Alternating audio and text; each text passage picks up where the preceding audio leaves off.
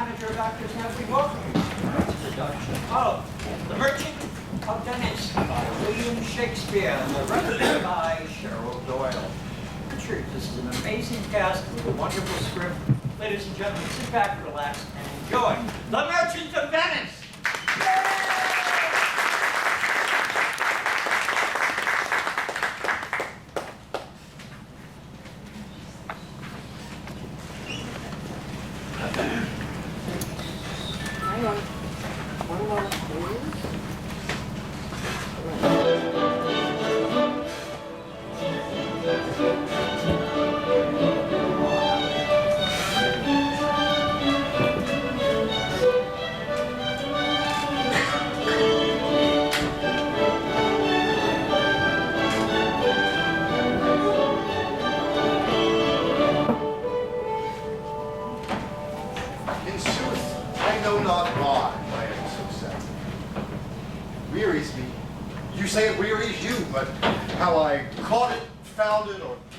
What stuff is made of, whereof 'tis born, I am to know.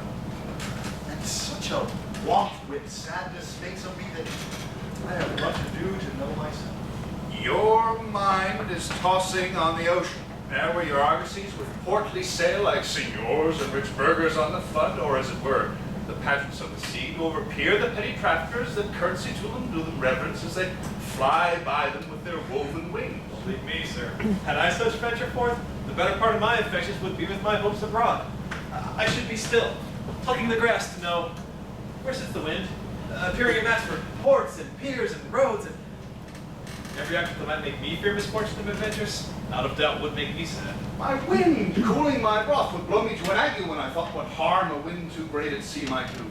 I should not see the sandy hourglass run, but I should think of shallows and of flats, and see my wealthy Andrew docked in sand, veiling her high top lower than her ribs to kiss her burial.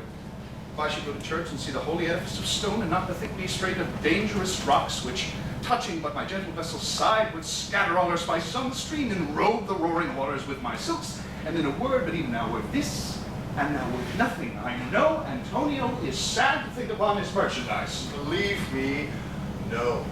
I thank my fortune for it. My ventures are not in one bottom trusted, nor to one place, nor is my entire estate upon the fortune of this present year. Therefore, my merchandise makes me not sad.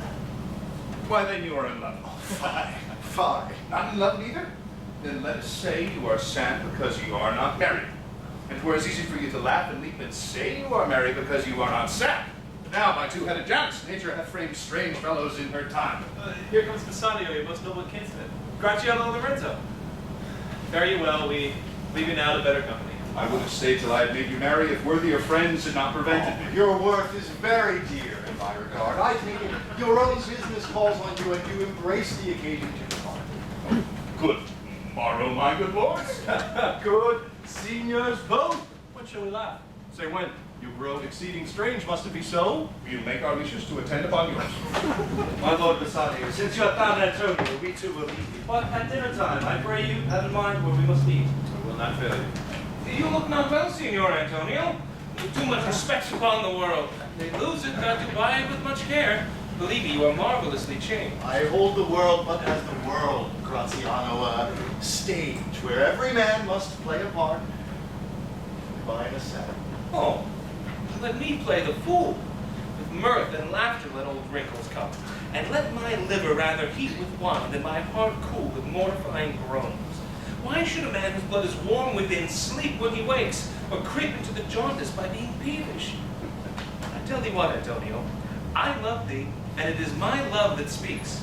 There are a sort of men whose visages do cream and mantle like a standing pond, and do a willful stillness entertain, with purpose to be dressed in an opinion of wisdom, gravity, profound conceit, and who should say, I am Sir Oracle, and when I ope my lips, let no dog bark.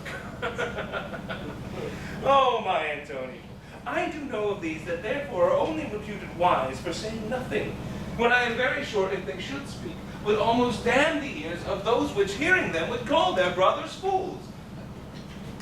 Come, good Lorenzo. Very well, I'll end my exhortation after dinner. Well, we leave you till dinner time. I must be one of these same dumb wise men, for Gratiano never lets me speak. Well, keep my company but 2 years more. Thou shalt not know the sound of thine own tongue. Farewell, I'll grow a talker for this year. Thanks, Faith. For silence is only commendable in a neat's tongue dry or a maid not bendable. Is that anything now? Gratiano speaks an infinite deal of nothing, more than any man in all Venice. His reasons are as 2 grains of wheat hid in 2 bushels of chaff. You shall search all day ere you find them, and when you find them, you find they're not worth the search. Well, tell me now, what lady is the same to whom you swore a secret pilgrimage that you today promised to tell me? It is not unknown to you, Antonio, how much I have disabled my estate. Something showing a more swelling port than my fate means would grant continuance. Nor do I make moan to be abridged from such a noble rate. But my chief care is to come fairly off the great debts where in my time something too prodigal have left me gauged. To you, Antonio, I owe the most in money and in love. And from that love, I have a warranty to unburden all my thoughts and purposes, how to get clear of all the debts I owe. I pray you, good Bassanio, let me know it. And if it stand as you yourself still do, within the eye of honor, be assured, my purse, my person, my extremest means lie all unlocked to your occasion. In my school days, when I lost one shaft, I shot his fellow the self-same flight, the self-same way, with more advised watch to find the other 4th. And adventuring both, I oft found both. I urge this childhood proof because what follows is pure innocence. I owe you much, and like a willful youth, that which I owe is lost.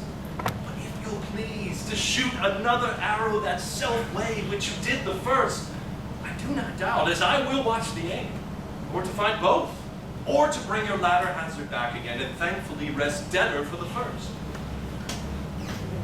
You know me well, and herein do spend but time to wind about my love with circumstance, and out of doubt you do me more wrong by making question of my uttermost than if you made waste of everything I have. Then do but tell me what I should do, that in your knowledge may by me be done, and I am pressed unto it. Therefore speak. In Belmont is a lady richly left, and she is fair, and fairer than that word, of wondrous virtues. Sometimes from her eyes I did receive fair speechless messages. Her name is Portia, nothing undervalued to Cato's daughter, Brutus Portia. Nor is the wide world ignorant of her worth. The 4 winds blown from every coast, renowned suitors come in quest of her. Oh, my Antonio! I put the means to hold a rival place with one of them. I have a mind, sages me so strict, that I should question this be fortune. Thou knowest that all my fortunes are at sea. Neither have I money nor commodity to raise a present sum. Therefore, go forth, try what my credit can in Venice do to furnish thee to Belmont, to fair Portia. Go, presently inquire, and so will I, where money is, and I no question make to have it of my trust or for my sake.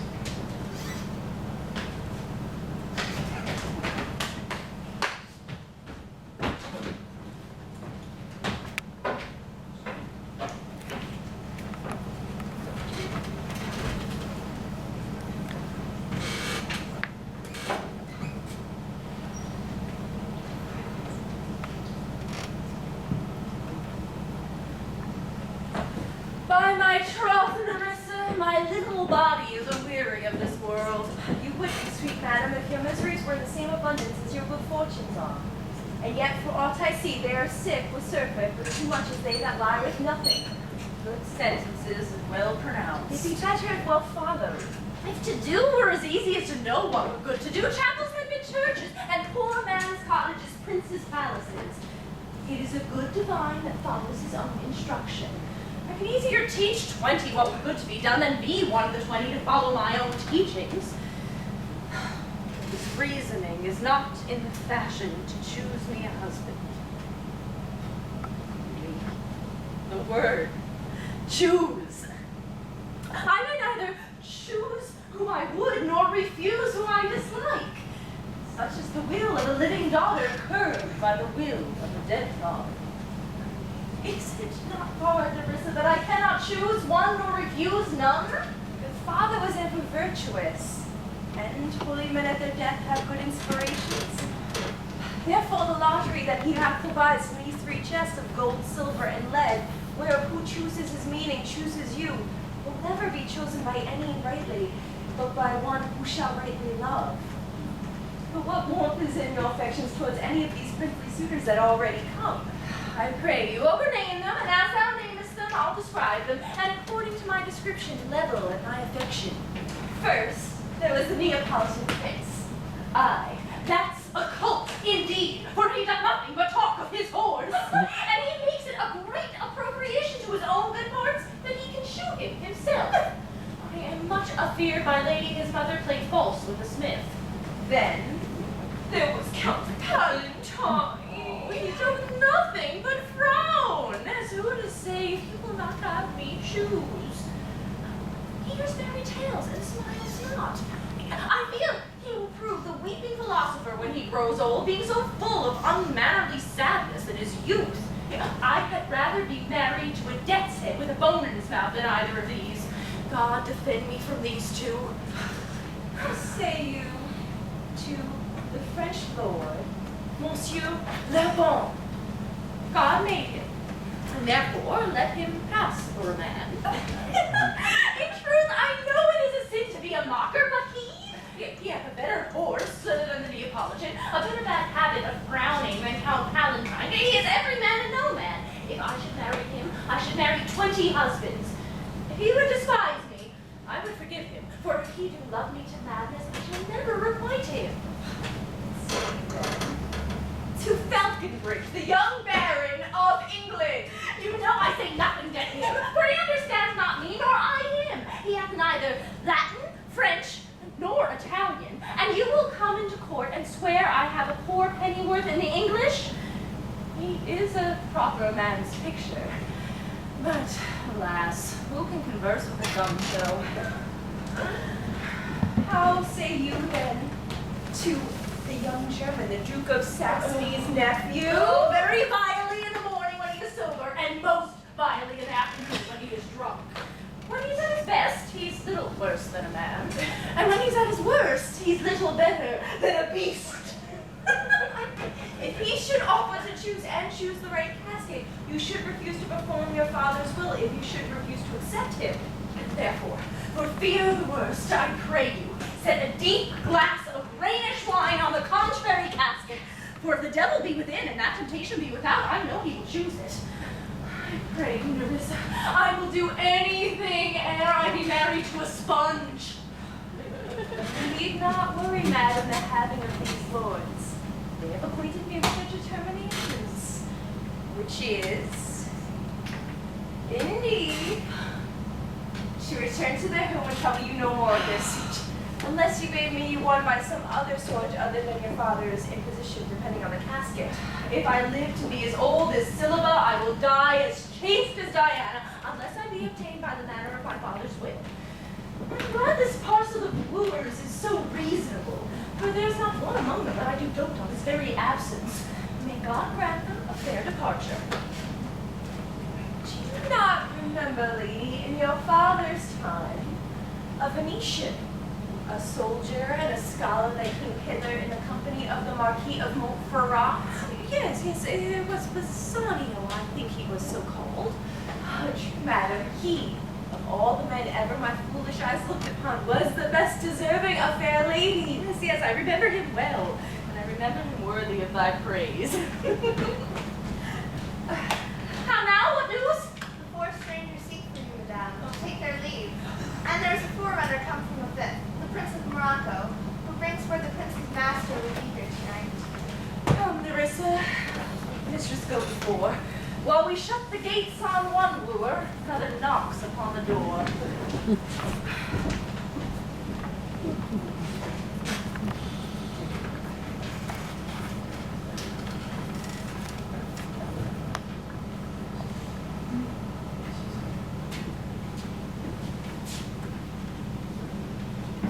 $3,000. Well, Aye, sir, for 3 months. for 3 months? Well, Well, for the which, as I told you, Antonio shall be bound. Antonio shall become bound. Well, Are you steady?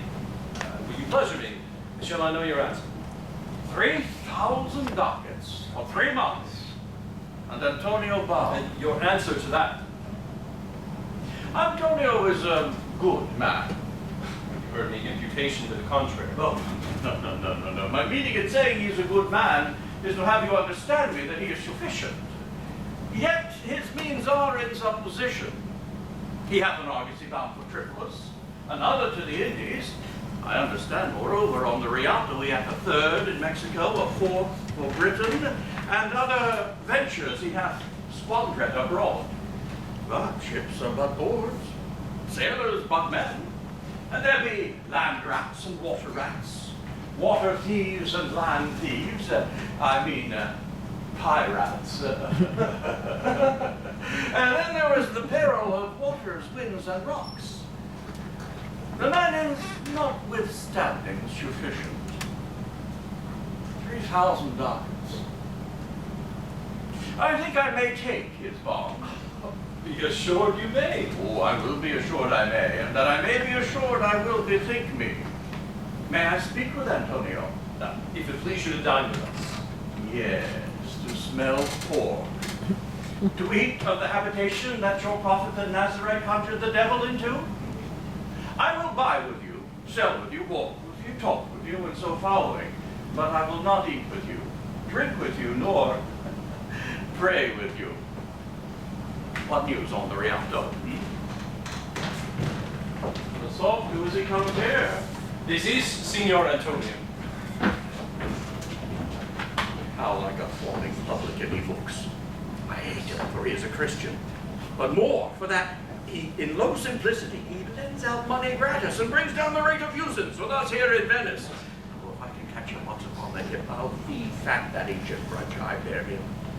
He hates our sacred nation, and rails on me, my bargains, and my well-won thrift, which he calls interest. Cursed be my tribe if I forgive him. Shylock, do you hear?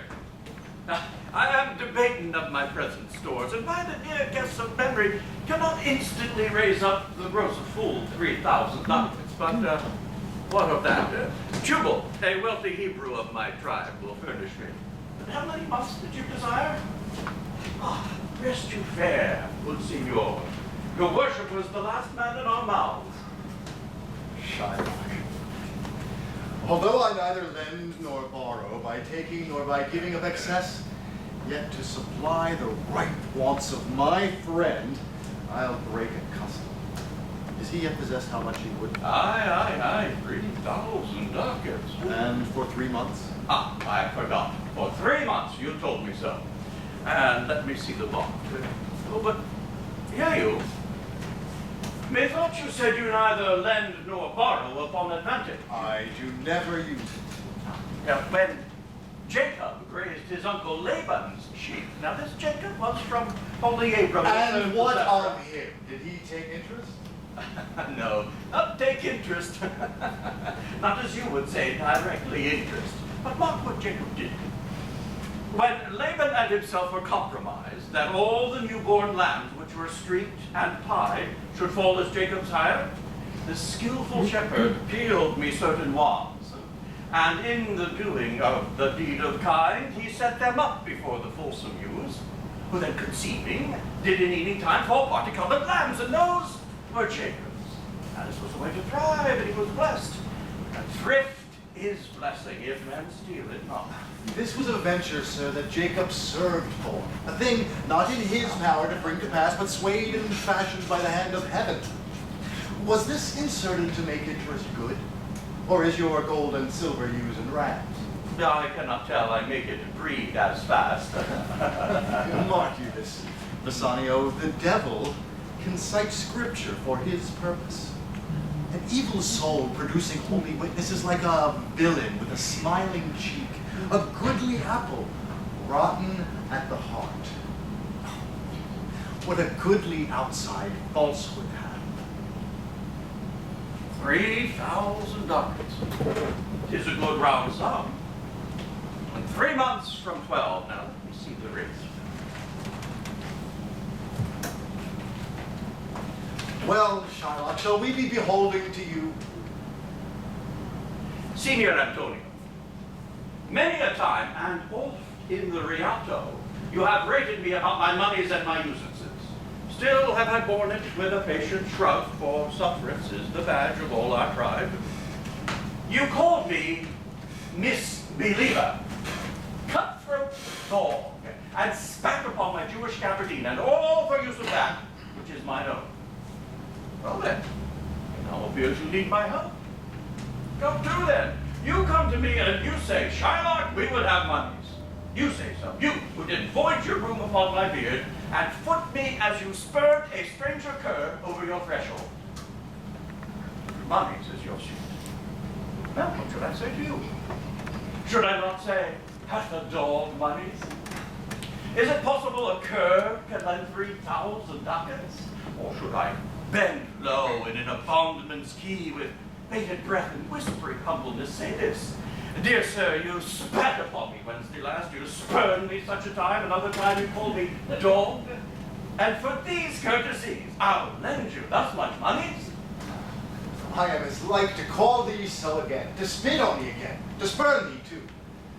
If thou wilt lend this money, lend it not as to thy friends. For when did friendship take a breed for barren metal of his friend? But lend it rather as to thy enemy, who, if he break, thou mayest with better face exact the penalty. Hey, look you, how you store. I would be friends with you and have your love. Forget the shames that you have shamed me with. Supply your present want, and take no doit of usance for my monies, and you'll not hear me. This is kind I offer. This were kindness. This kindness will I show.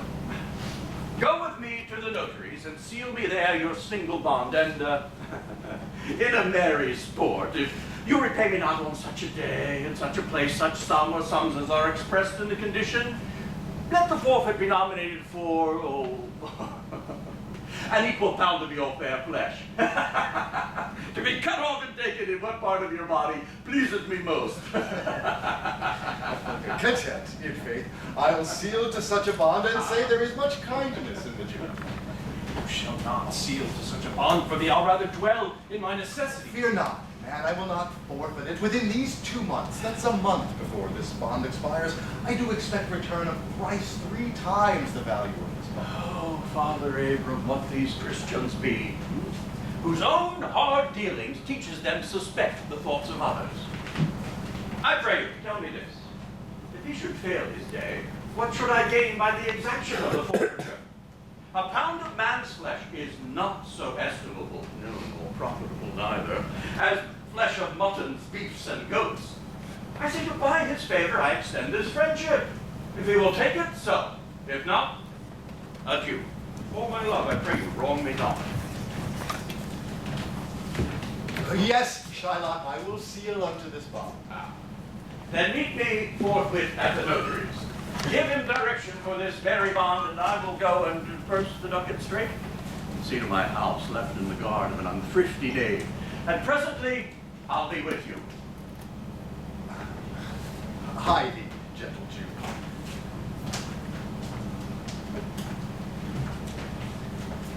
The Hebrew will turn Christian. He grows kind. Like not fair terms and a villain's mind. Come on, in this there can be no dismay. My ships return a month before the day.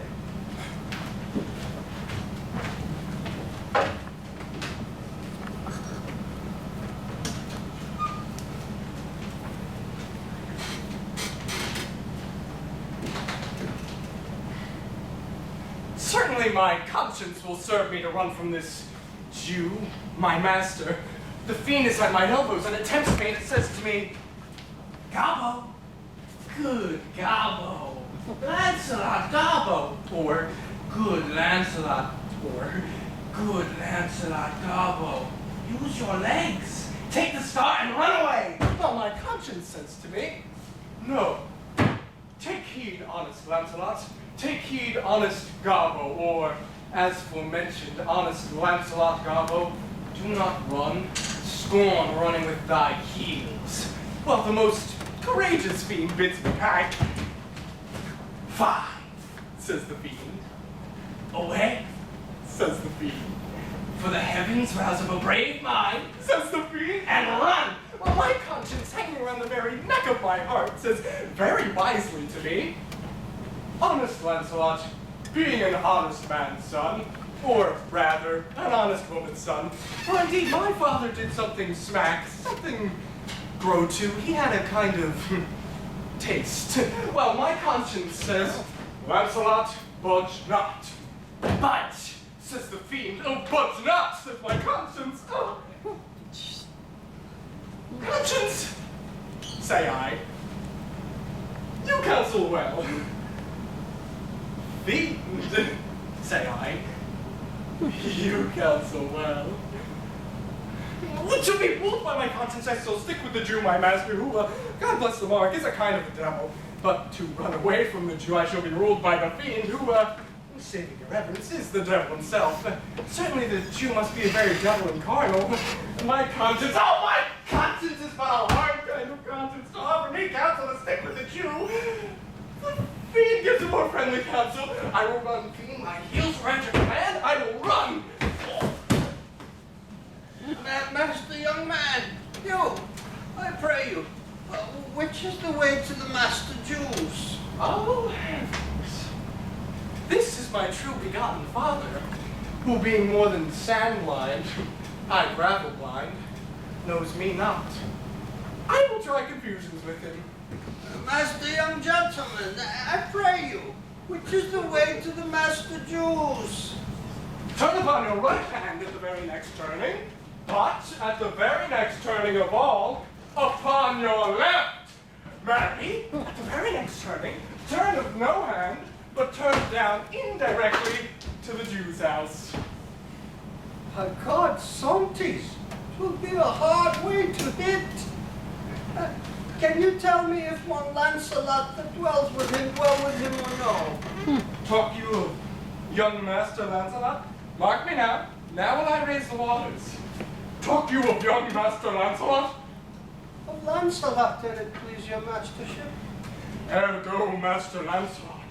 Talk not of young Master Launcelot, father, for the young gentleman, according to fates and destinies and such odd sayings, the sisters three and such branches of learning, is indeed deceased.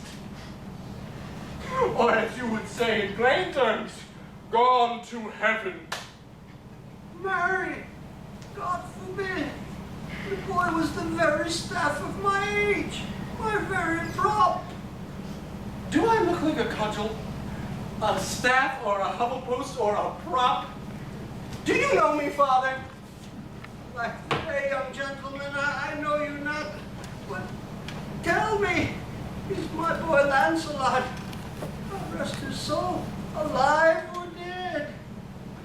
Do you not know me, father? Alack, sir, I am sand blind, I know you not. Nay, indeed, if you had your eyes, you might fare with the knowing me. It is a wise man that knows his own child. Well, old man, I'll give you news of your boy. Give me your blessing. Pray you, sir, stand up. I cannot believe you are Launcelot, my boy. Pray you now. Let's have no more fooling about it, but give me your blessing. I am Launcelot, your boy that was, your son that is, and your child that shall be. I cannot believe you are my son.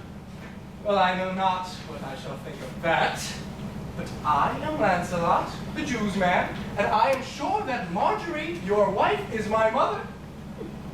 Her name is Marjorie, indeed. I'll be sworn, if thou art Launcelot, thou art my own flesh and blood. Lord, praise might he be. What a beard thou hast got. Thou hast more hair on thy chin than Dobbin, my field horse, has on his tail. It should seem then that Dobbin's tail grows backwards. I am sure that he had more hair of his tail than I have of my face when I saw him last. Lord, thou art changed. How dost thou and thy master agree? I have brought him a present. How agree you now? Well, but for my own part, as I have set up my rest to run away, so I will not rest until I have run some ground. My master is a very good Jew. I am famished in his service. You can tell everything I have by my ribs. Oh, Father, I am glad you are come. Give me your present to one Master Bassanio, who indeed gives rare new liveries. If I serve not him, I will run as far as God has any ground. Oh, rare fortune. Here comes the man. To him, Father, for I am a Jew if I serve the Jew any longer. To him, Father! Oh, God bless your worship. Mercy, what's that walk with me? Here is my son, sir. A poor boy. Not a poor boy, sir, but a rich Jew's man. That would, sir, as my father shall specify. He has the great infection, as one would say, sir, to serve. In very truth, I serve the Jew and have a desire, as my father shall specify. His master and he, saving your worship's reverence, are scarce cater cousins. To be brief, the very truth is the Jew, having done me wrong, doth cause me, as my father, being I hope an old man, shall fruitify unto you. Here is a dish of doves I would bestow upon your worship, and my suit is to... In very brief, the suit is impertinent to myself, as your worship shall know by this old man, though old man, yet poor man, my father. One, speak for both. What would you? Serve you, sir. That is the very defect of the matter, sir. I know thee well. Thy master Shylock hath spoke with me today, and hath preferred thee, if it be preferment, to leave a rich Jew's service, to become the follower of so poor a gentleman. Oh, the old proverb is very well parted between my master Shylock and you, sir. You have the grace of God, sir, and he hath enough. Thou speakest it well. Go, father, with thy son. Leave thy old master, and inquire my lodging out. If fortune be a woman, she's a good wench for this gear. Father, come. I shall take my leave of the Jew in the twinkling of an eye. Start.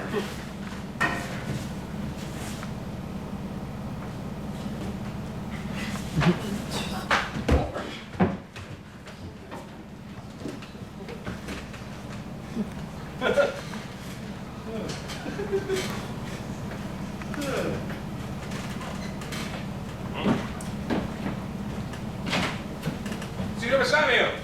Gratiano! I have a suit to you. You have obtained it. You must not deny me. I must go with you to Belmont. Well, then you must. But, really, Gratiano, thou art too wild, too rude, and bold of voice. Hearts that become thee happily enough, and in eyes such as ours appear not false. But where thou art not known, there they show something too liberal. I pray thee take pains to allay with some cold drops of modesty thy skipping in spirit. Lest through thy wild behavior I be misconstrued in the place I go, and lose my hopes. Signor Bassanio, here. If I do not put on a sober hat, talk with respect, swear but now and then, wear prayer books in my pocket, look demurely, use all the observance of civility like one well-schooled in a sad ostent to please his granddam, never trust me more. We shall see you there. Nay, but I mark not, you shall not gauge me by what we do tonight. Oh, that were a pity. I would entreat you rather to put on your boldest suit of mirth. We have friends of purpose marrying them. Very well, I have some business. And I must do Lorenzo and the rest, but we will visit you at supper time.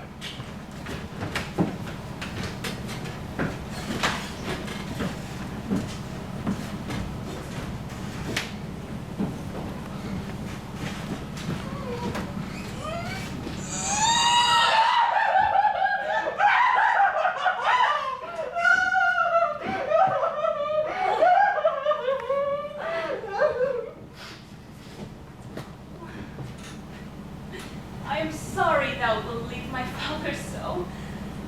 Our house is hell, and thou, merry devil, didst rob it of some taste of tediousness, but fare thee well. There is a ducat for thee, and Launcelot. At supper soon shalt thou see Lorenzo, who is thy new master's guest. Give him this letter. Do it secretly.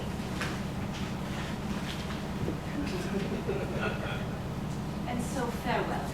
I would not have my father see me and talk with thee. Got you. Tears doth exhibit my tongue. Most beautiful baby. Most sweet Jew. If a Christian not play the knave and get thee, I am much deceived. But adieu. These foolish drops do something drown my manly spirit.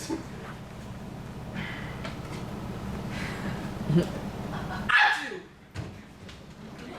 Farewell, good Launcelot. Alack, what heinous sin is it in me to be ashamed to be my father's child? Though I am a daughter to his blood, I am not to his manners. Oh, Lorenzo, thou keep promise. I shall end this strife, become a Christian, and thy loving wife.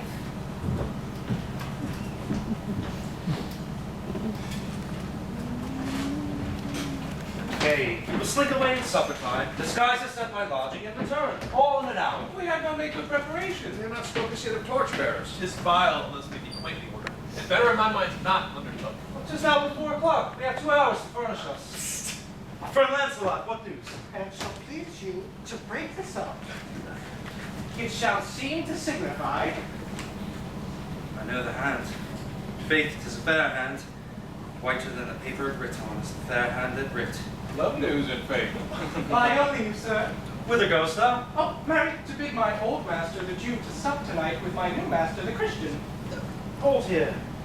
Take this. Tell gentle Jessica I will not fail her. Speak it privately. Gentlemen, we prepare you for this fast tonight. I am providing of a torchbearer. Mary, I'll be gone about it straight. And so will I. We be in Gratiano at Gratiano's lodging some hour hence. It's good we do so. Was not that letter from fair Jessica? I must needs tell thee all. She hath directed how I shall take her from her father's house, what gold and jewels she is furnished with, what page's suit she hath in readiness. There the Jew her father come to heaven. It will be for a gentleman. Oh, just say Come, go with me. Peruse this as thou goest. Fair Jessica shall be my torchbearer.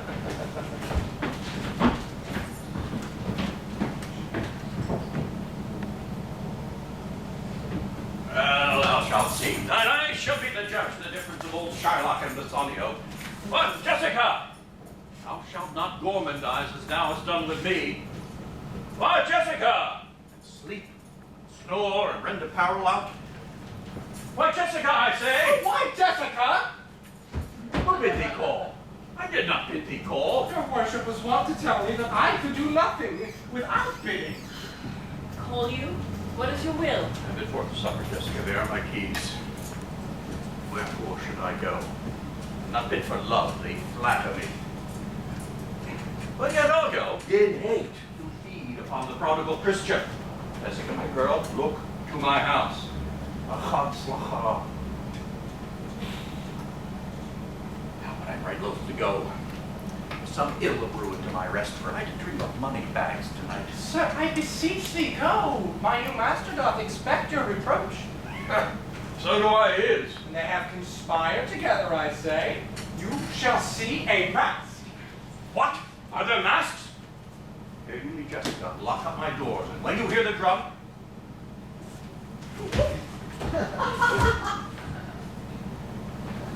when you hear the drum, and the vile squealing of the wry-necked fife, clamber you not up to the casements, then will thrust your head into the public streets to gaze on Christian fools with varnished faces. But stop my house's ears.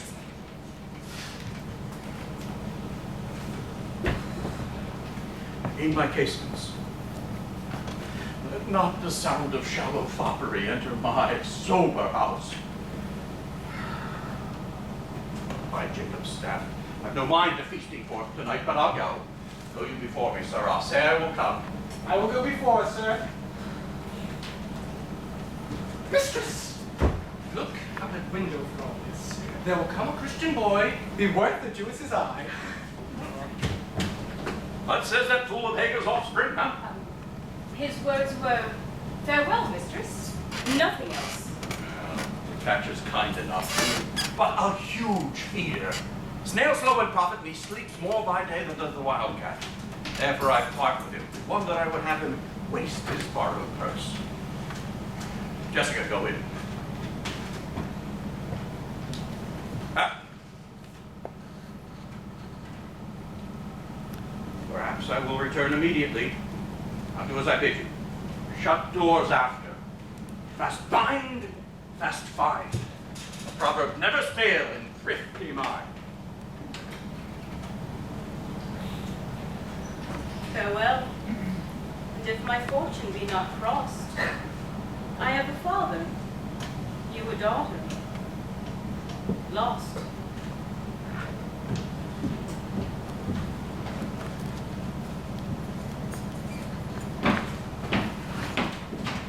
This is the penthouse under which Lorenzo desired us to make stand.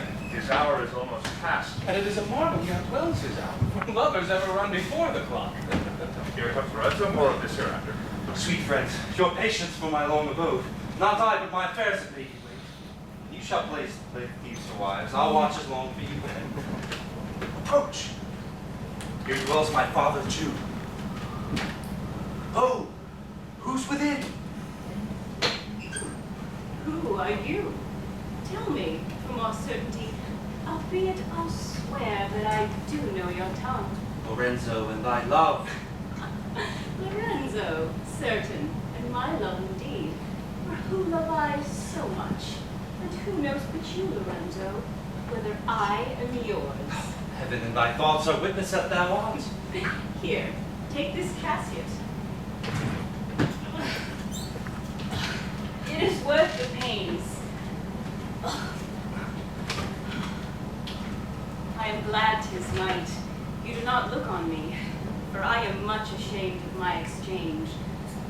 But love is blind, and lovers cannot see the pretty follies that themselves commit. For if they could, Cupid himself would blush to see me thus transformed into a boy. So are you sweet, even in the lovely garnish of a boy. But come at once, for the closed night doth play the runaway. We are stayed for Bassanio's feast. What? Must I hold a candle to my shames? Why, 'tis an office of discovery, love, and I should be obscure. Come, for you must be my torchbearer. I will make fast the doors and gild myself with some more ducats and be with you strict. Now, by my hood, a Gentile and no Jew. Beshrew me, but I love her heartily, for she is wise quite in judging her. Fair she is, if that mine eyes be true. And true she is, as she hath proved herself. Therefore, like herself, wise, fair, and true, shall she be placed in my constant soul. What's out thou come? On, gentlemen, away! Our masking mates by this time for a stay. Who's there? Signor Solanio? Fie, Gratiano. Where are all the rest? 'Tis 9 o'clock. Our friends all stay for you. No mass tonight. The wind has come about. Bassanio presently will go aboard. I'm glad on. I desire no more delight than to be under sail and gone tonight.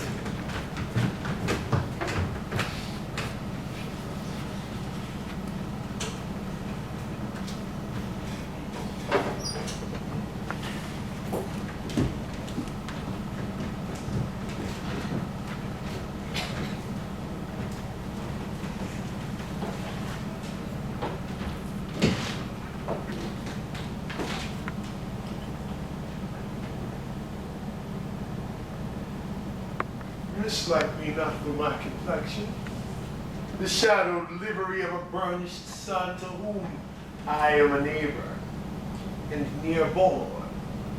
Bring me the fairest creature northward born, where Phoebus fire scarce thaws icicles, and let us make incision, or your love to prove whose blood is reddest, his or mine.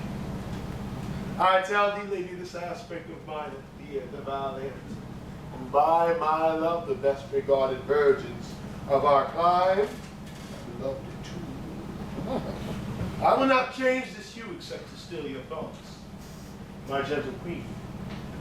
In terms of choice, I am not solely led by the nice direction of a maiden's eyes. Besides, the lottery of my destiny bars me the right of voluntary choosing.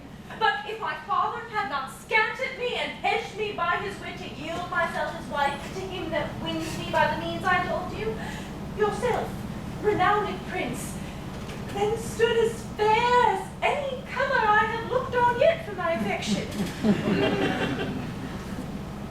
Even for this, I thank you.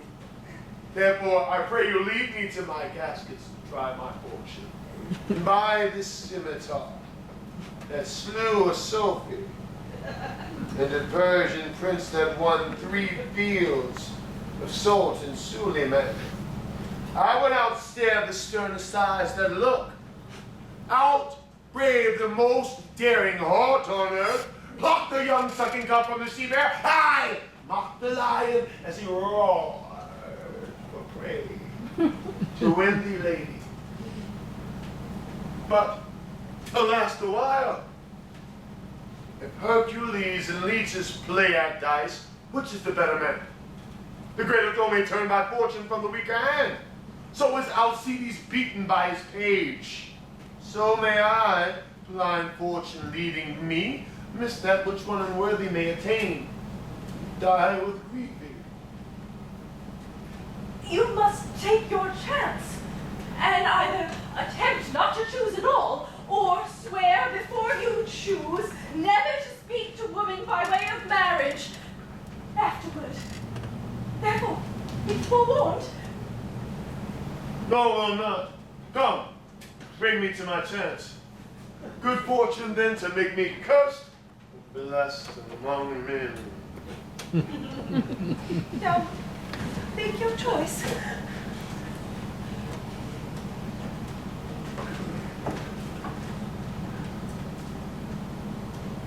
The first of gold, who this inscription bears, who chooseth me shall gain what many men desire.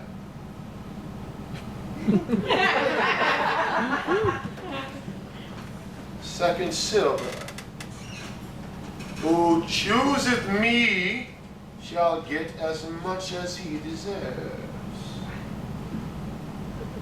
The third dull lead, with warning all is blunt, who chooseth me must give and hazard all he hath. How shall I know if I do choose the right? The one that contains my picture, Prince. If you choose that, I am yours with all. Some God direct my judgment. Let me see. I'll survey the inscriptions back again. What says this leaden casket? Who chooseth me must give and hazard all he hath. Must give. For what? For lead? This casket threatens. Men that hazard all do it in hopes of their advantage. A golden mind stoops not to shows of dross. What says this silver with a virgin hue? Who chooseth me shall get as much as he deserves. As much as he deserves. Pause there, Morocco. Weighest thy value with an even hand? If thou beest rated by thine own estimation, thou dost deserve enough. Yet, enough may not extend as far as to the lady, but to be a fiat of thine own deserving, or but a weak disabling of thyself. As much as I deserve, why, that's the lady.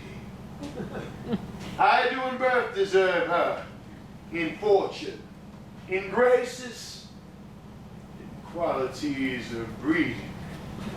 But more than this, in love, I do deserve. What if I strayed no further but chose here? Once more, engraved in gold. Who chooseth me shall gain what many men desire. Why, that's the lady. The whole world desires her. From the four corners of the earth they come to view, to kiss the shrine, to view fair Portia.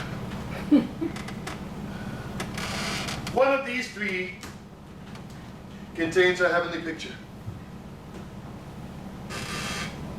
Is it like that contains her? 'Twere damnation to choose so grave a thought, to gross the river cerecloth in the obscure grave. Is it like that silver she's immured in? Oh, sinful thought. Never so rich a gem was set in worse than gold. Deliver me the key. Here do I choose that my design. There. Take it, noble prince. And if my form lie there, I am yours.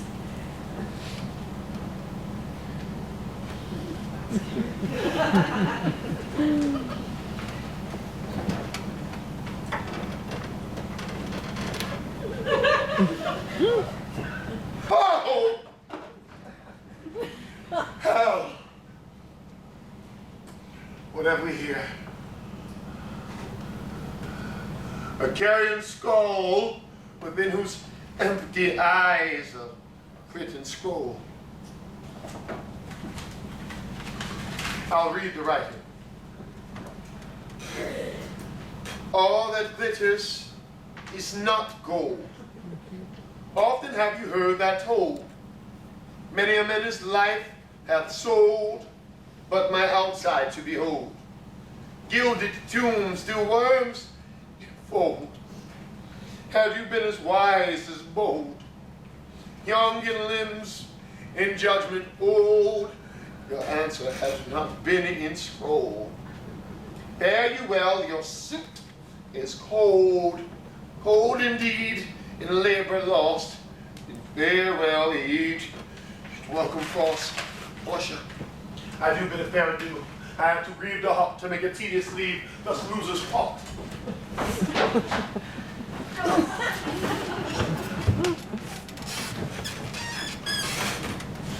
A gentle riddance.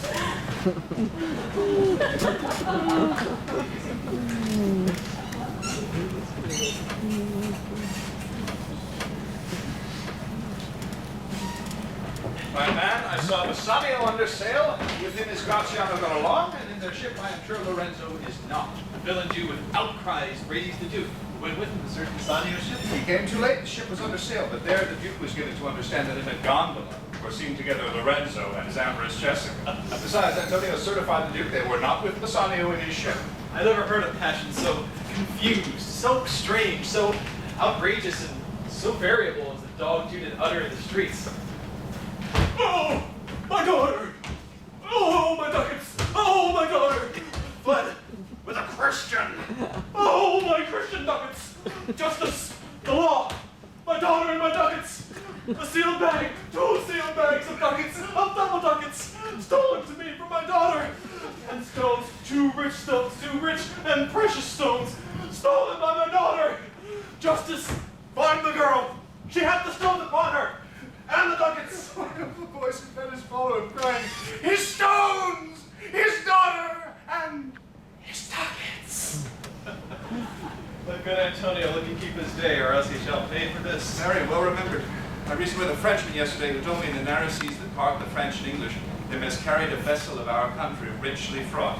I thought upon Antonio when he told me this, and wished in silence that it were not his. Confess and tell Antonio what you hear, yet do not suddenly, for it may grieve me.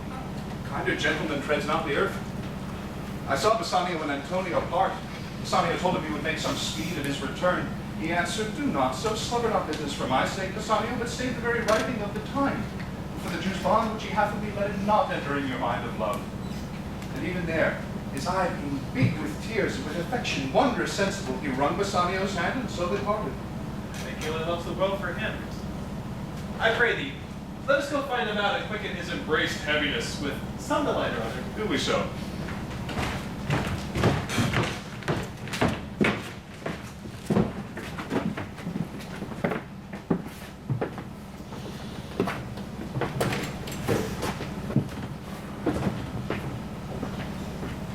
Quick, quick! I pray thee, the Prince of Aragon has taken his oath and comes to his elections presently.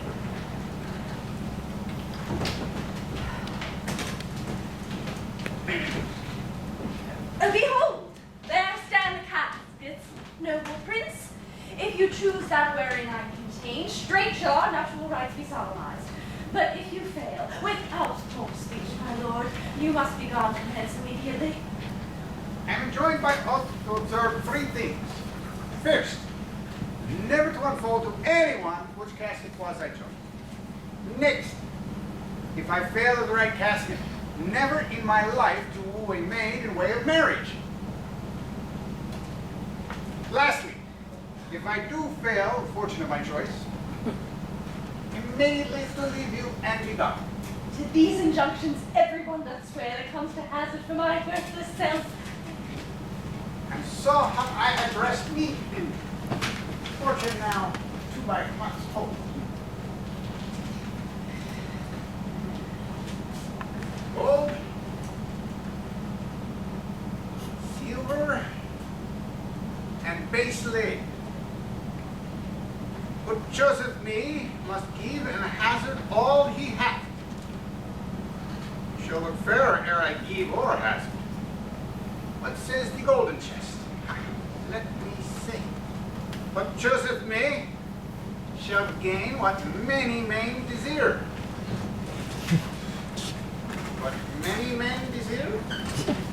That many may be made by the full multitude, who choose by show, not learning more than the fond eye doth teach. I will not choose what many men desire, because I will not jump with the common spirits and rank me with barbarous multitudes. Why then to thee, thou silver treasure house? Tell me once more, what title thou dost bear. But Joseph me shall get as much as he deserves. And well said, too. For who shall go about, cousin fortune, and be honorable without a stamp of merit?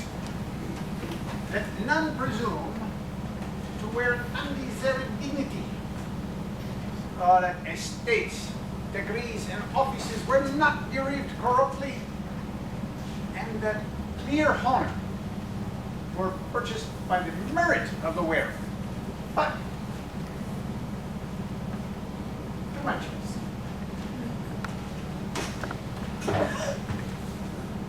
But Joseph B. shall get as much as he deserves. I will assume desert. Give me the key to this. Instantly unlock my fortunes here.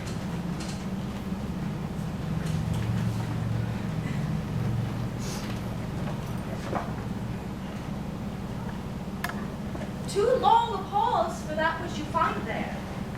What's here? The portrait of a blinking idiot? Presenting me a schedule? I will read it. How much unlike art thou to Portia? How much unlike my hopes and my deservings?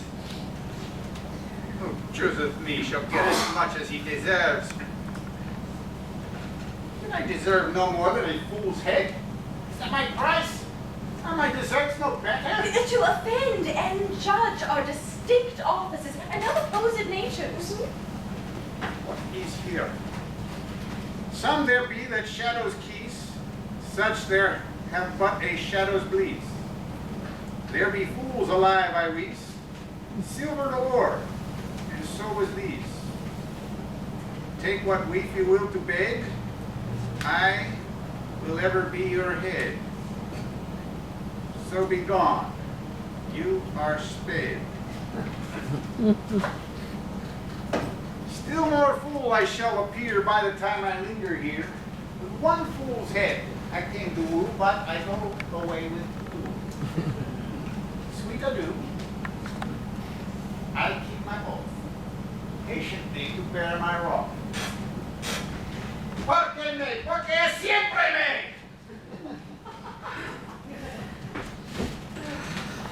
So hath the candle singed them all.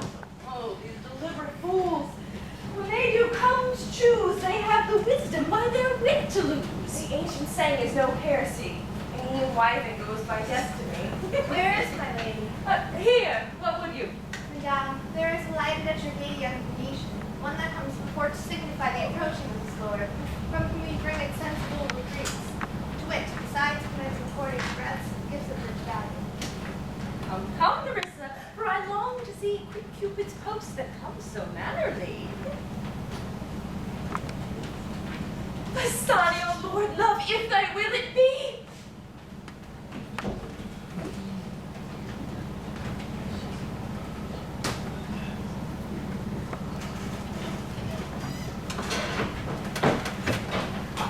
Now, what news on the Rialto? Why, yet it lives there unchecked that Antonio hath a ship of rich lading wrecked upon the narrow seas.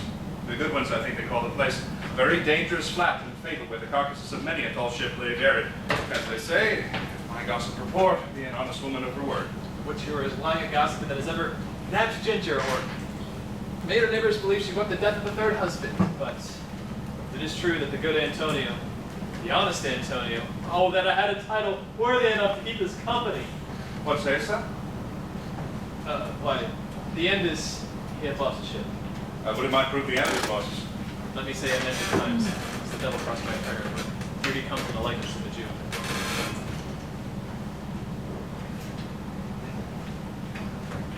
How now, Shylock? What news among the merchants? You. None so well as you of my daughter's flight. That's certain. I, for my part, knew the tailor that made the wings she flew withal. Shylock, whose part of the bird was flesh, and it is the reflection of them all to leave the damned. She is damned for it. Oh, that's certain. The devil may be judge. My own flesh and blood to rebel. Out upon it, old carrion. Rebels it at these years? I say my daughter is my flesh and blood. There is more difference between thy flesh and hers than there is between jet and ivory. More between thy blood than there is between red wine and rapish. But tell us, do you hear whether Antonio hath had any loss at sea or no? Oh, there I have another bad match. A bankrupt, a prodigal that dare scarce show his head on the Rialto. A beggar that was wont to come so smug unto the marble, let him look to his bond. He was wont to call me usurer, let him look to his bond. He was wont to lend out money as a Christian courtesy, well, let him look to his bond. Why, I am sure if he forfeit, thou wilt not take his flesh. What's that good for? To bait fish withal. If it will serve nothing else, it will be my revenge. He hath disgraced me, and hindered me $500,000. Laughed at my losses, mocked at my gains, scorned my nation, thwarted my bargains, called my friends, heated mine enemies. And what's his reason? I am a Jew. Have not a Jew eyes. Have not a Jew hands. Organs, dimensions, senses, affections, passions. Fed with the same food, hurt with the same weapons, subject to the same diseases, healed by the same means, warmed and cooled by the same winter and summer as a Christian is. If you prick us, do we not bleed? If you tickle us, do we not laugh? If you poison us, do we not die? And if you wrong us, shall we not revenge? If we are like you in the rest, we will resemble you in that. If a Jew wrong a Christian, what's his humility? Revenge. If a Christian wrong a Jew, what should his sufferance be? By Christian example? Why? Revenge. The villainy you teach me, I will execute, and it shall go hard. But I will better the instruction. Gentlemen, my master Antonio is at his house and desires to speak with you both. We have been up and down to see. Here comes another of his tribe. Third cannot be matched unless the devil himself turn Jew. How now, Jew? Well, what What news from Genoa? Hast thou found my daughter? I often came where I did hear of her, but cannot find her.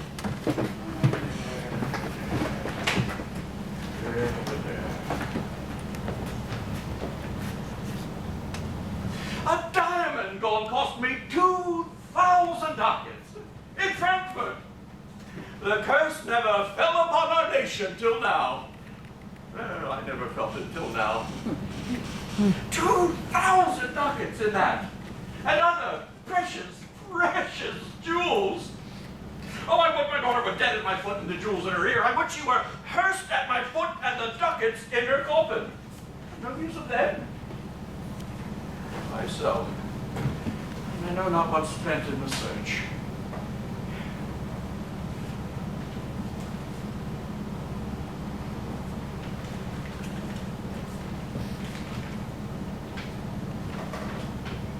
Why thou? Loss upon loss.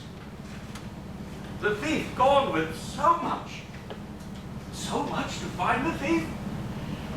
Oh. And no satisfaction. No revenge. No ill luck but the blights on my shoulders. No sighs but of my breathing. No tears but my shedding. Yes, other men have ill luck too. Antonio, as I heard in Genoa. Ill luck, ill luck. Had the ship loss coming from Tripolis. I thank God, I thank God. Is it true? Is it true? I spoke with some of the sailors that escaped the wreck. Thank thee. Good Tubal. Good news heard in Genoa. Your daughter spent in Genoa, as I heard, in one night, 80 ducats. That sticks the dagger in me. I shall never see my gold again. 80 ducats. And a city? Oh, 80 ducats. There came divers of Antonio's creditors in my company to Venice that swear he cannot choose but break. Oh, I'm glad of it. I'll blame him. I'll torture him. I'm very glad of it. One of them showed me a ring he had of your daughter for a monkey.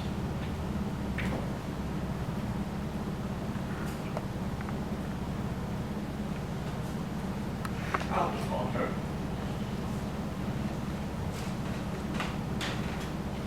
Thou torturest me, Tubal. It was my turquoise. I had it of Leia, her mother, when I was a bachelor. I would not have given it for a wilderness of monkeys. But Antonio is certainly undone. Yeah, that's true. That's very true.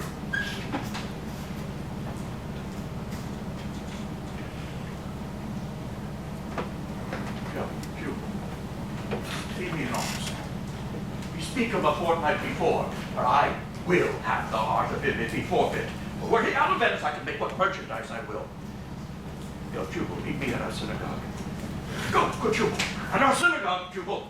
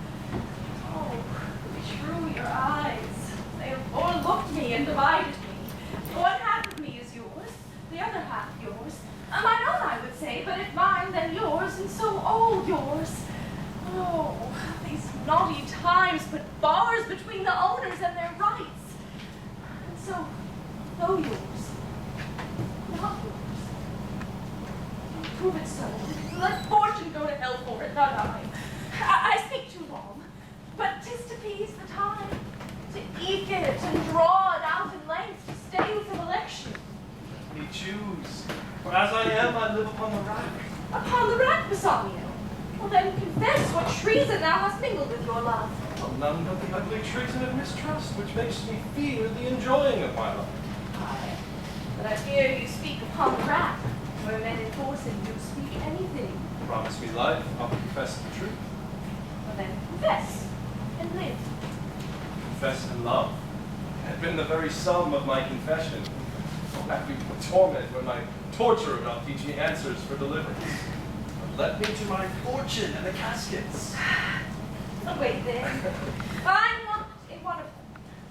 If you do love me, you will find me out. Nerissa and the rest stand aloof. Oh, let music sound while he doth make his choice, and then if he choose wrong, he'll have a swan's like end, fading in music. So the comparison may seem more proper. My eye will be the stream and watery deathbed for him. He may win. What is music then? Then music is even as a flourish, when true subjects bow to their new crowned monarch. Go, Hercules! Live thou, I live. With much, much more dismay do I view the fight than him that maketh the fray. Tell me where is fancy bred, in the heart or in the head, how begot, how nourished. Tell me where is fancy bred. Let us soaring fancies knell, we'll begin it ding dong bell. Let us soaring fancies now, let us bring it ding dong bell. So may the outward shows be least themselves. The world is still deceived with ornament. In law, what plea so tainted and corrupt, but being seasoned with a gracious voice, obscures the show of evil? In religion, a damned error, but some sober brow would bless it, and approve it with a text, hiding the grossness with fair ornament. How many cowards whose hearts are all as false as stairs of sand, wear yet upon their chins the beards of Hercules and frowning Mars, who inward searched have livers white as milk, and assume but vows excrement to render them redoubted. Look on beauty, and you shall see 'tis purchased by the weight, which therein works a miracle in nature, making them lightest that wear most of it. Thus, ornament is but a guiled shore to a most dangerous sea. Beauteous scarf, veiling an Indian beauty. In a word, therefore, thou gaudy gold, I'll none of thee, nor none of thee, thy pale common drudge between man and man. But thou meager lead, which rather threatenest than doth promise aught. Thy plainness moves me more than eloquence. Here choose I. Joy be the consequence. Oh, the passions fleet to air. Oh, love, be moderate. Allay this ecstasy. In measure, reign thy joy. Scamp this excess. I feel too much thy blessing. Make it less than fear myself it. What find I here?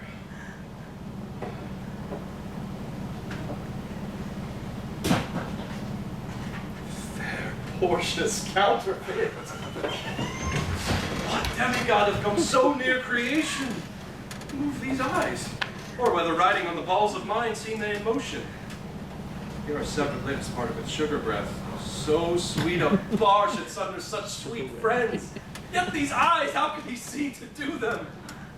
Yet so far my substance doth wrong this shadow in underprizing it. So the shadow doth leave behind the substance. scroll, the continent and summary of my fortune. You that choose not by view, chance as fair and choose as true. Since this fortune falls to you, be content and seek no new. If you be well pleased with this, and hold your fortune for your bliss, turn you where your lady is, and claim her beloved kiss.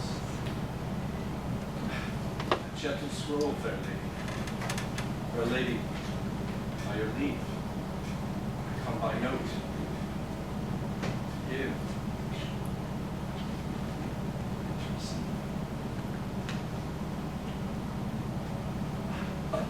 One of two contending in a prize, who thinks he hath done well in people's eyes, hearing applause and universal shout, giddy in spirit, still gazing in a doubt, yet doubtful that what I see be true. So confirmed, signed, and ratified by you. You see me, Lord Bassanio, where I stand, such as I am. Though for myself alone, I would not be ambitious if I wished myself much better. Yet for you, I would be trebled 20 times myself, 1,000 times more fair, 10,000 times more rich, only to stand high in your account. I might in beauties, virtues, livings, friends, exceed accounts. Yet the sum of me is sum of something, which is an unlessoned girl, unschooled, unpracticed. Happy is this. She is not yet so old, but she may learn.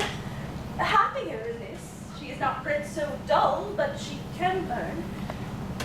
Happiest of all is that her gentle spirit commits itself to yours to be directed, as from her lord, her governor, her king.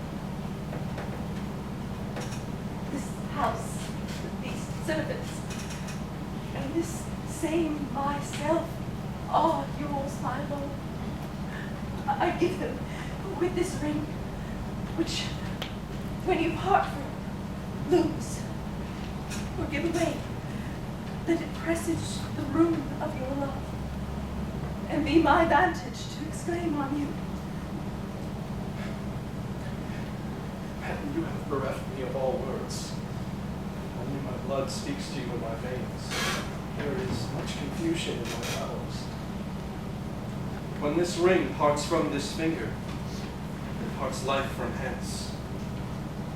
I'm old to say, Bassanio is dead. My lord and lady, it is now our time to have stood by and watched our wishes prosper. To cry, good joy, my lord and lady! My lord Bassanio and my gentle lady, I do wish you all the joy that you can wish, for I am sure that you can wish none from me. And when your honors me to solemnize the bargain of your vows, I do beseech you, even at that time, I may be married too. With all my heart, so thou canst get away. I thank your lordship. You have got me well. My eyes, my lord, can look as swift as yours. You saw the mistress. I beheld the maid. And wooing her with oaths of love, at last I got a promise from this fair one here to have her love, provided your fortunate chief her mistress. Is this true, Nerissa? It is, madam, so you stand pleased with all? And to you, Gratiano, mean good faith. Yes, faith, my lord. Our feast shall be much honored in your marriage. But who comes here? Lorenzo and his infidel. What of our Venetian friend Salerio? So, Salerio, you are welcome hither. I thank your honor. For my part, my lord, my purpose was not to have seen you here, but meeting with Salerio, by the way. Did entreat me, past all saying nay, to come with him along. I did, my lord, and I have reason for it. Signor Antonio commends him to you. Ere I ope his letter, I pray you tell me how my good friend is off. Not sick, my lord, unless it be in mind, nor well unless in mind. His letter there will show you his estate. Nerissa, cheer on, stranger. Bid her welcome. Give me your hand, Salerio. What's the news from Venice? How doth that royal merchant good Antonio? I know he will be glad of our success. We are the Jasons. We have won the fleece. I when you had won the fleece that he had lost. There are some shrewd contents in yon same paper that steal the color from Bassanio's cheek. So, dear friend dead, as nothing in the world could turn so much the constitution of any constant man. What? Worse? And worse? With thee, Bassanio, I will have thyself, and must freely have anything that that same paper brings me. Sweet Portia, here are a few of the unpleasantest words that ever blotted paper. Gentle lady, when I first did impart my love to you, I told you all the wealth I had ran in my veins. I was a gentleman, and that were true. Rating myself at nothing, you shall see how I was a braggart. My state being nothing, I should have told you it was less than nothing. Indeed, dear lady, I have engaged myself to my dear friend, engaged him to his mere enemy to feed my needs. Here's a letter, lady, the paper of the body of my friend, good word in it, a gaping wound issuing lifeblood. Is it true, Salerio? Of all these ventures failed, what, not one hit? Not one, my lord. Besides, it should appear that if he had the present money to discharge the Jew, he would not take it. He applies the Duke at morning and at night, and doth impeach the freedom of the state if they deny him justice. 20 merchants, the Duke himself and the magnificence of greatest court have all persuaded with him, but none can drive him from the envious plea of forfeiture of justice and his bond. Is it your dear friend that is thus in trouble? The dearest friend to me, the kindest man that would draw breath in Italy. What sum does he owe the Jew? For me, 3,000 ducats. What, no more? Pay him 6,000 and deface the bond. The double 6,000 and treble that before a friend of this description shall lose a hair through Bassanio's fault. First, come with me to church, call me wife. Then away to Venice and your friend, for never shall you lie by Portia's side with an unquiet soul. You shall have gold to pay the petty debt 20 times over. When it is paid, bring your true friend along. Meanwhile, my maid Nerissa and myself will live as maids and widows. Come, away, for you will hence upon your wedding day. But let me hear the letter of your friend. Sweet Bassanio, my ships have all miscarried. My creditors grow cruel. My estate is very low. My bond to the Jew is forfeit. Since paying it is impossible, I should live. All debts are cleared between you and I, if I might but see you at my death. Notwithstanding, use your pleasure. If your love do not persuade you to come, let not my letter. Dispatch all business and be gone. Since I have your good leave to go, I will make haste till I come again. No bed will be guilty of my stay. No pest be interposed amongst us.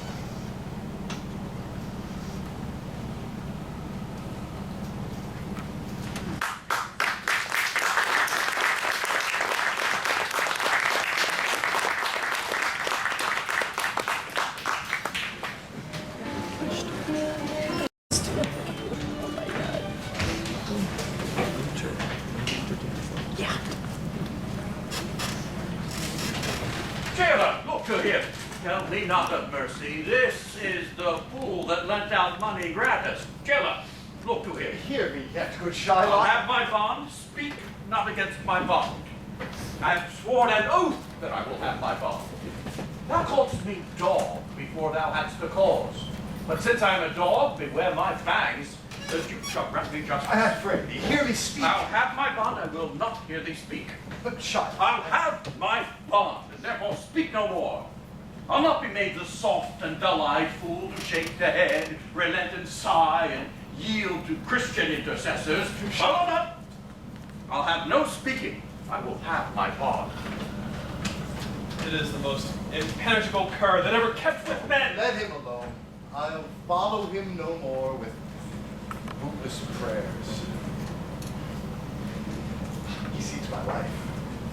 His reasons, well, I know. I oft delivered from his forfeitures many who had at times made moan to me, and therefore he hates me I'm sure the Duke will not grant this forfeiture in whole.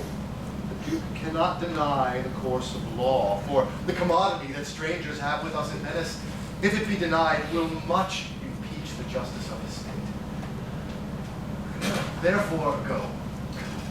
These griefs and losses have so baited me that I shall hardly spare a pound of flesh tomorrow to my bloody credit.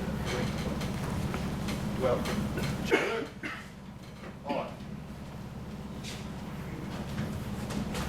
Pray God, Bassanio come to see me pay his debt, and then I care not.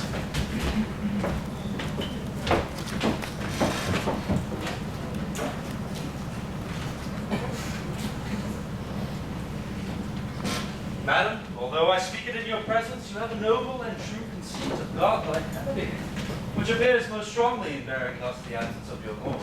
But if you knew to whom you show this honor, how true a gentleman you send relief, how dear a lover of my lord your husband, I know he would be prouder of the work than the customary bounty can enforce you. I never did repent for doing good, nor shall not now. For in companions that do converse and waste the time together, there must be needs a like proportion of lineaments, of manners, and of spirit. Which makes me think that this Antonio, being the bosom lover of my lord, needs must be like my lord. If it be so, how little the cost I have bestowed in purchasing the semblance of my soul from out the state of hellish misery. This comes too near the praising of myself, therefore no more of it. Here are other things.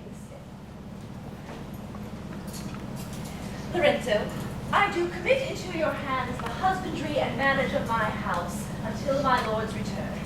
For mine own part, I have toward heaven breathed a secret vow to live in prayer and contemplation, only attended by Nerissa here until her husband and my lord's return. There is a monastery 2 miles off, and there we will abide. Madam, with all my heart, I shall obey you in all fair commands. My people do already know my mind, and they will acknowledge you and Jessica in place of Lord Bassanio and myself. And so, farewell till we meet again. Fair thoughts and happy hours depend on you. I wish your ladyship all hearts content. Thank you for your wish, and am well pleased to wish it back on you. Fare you well, Jessica.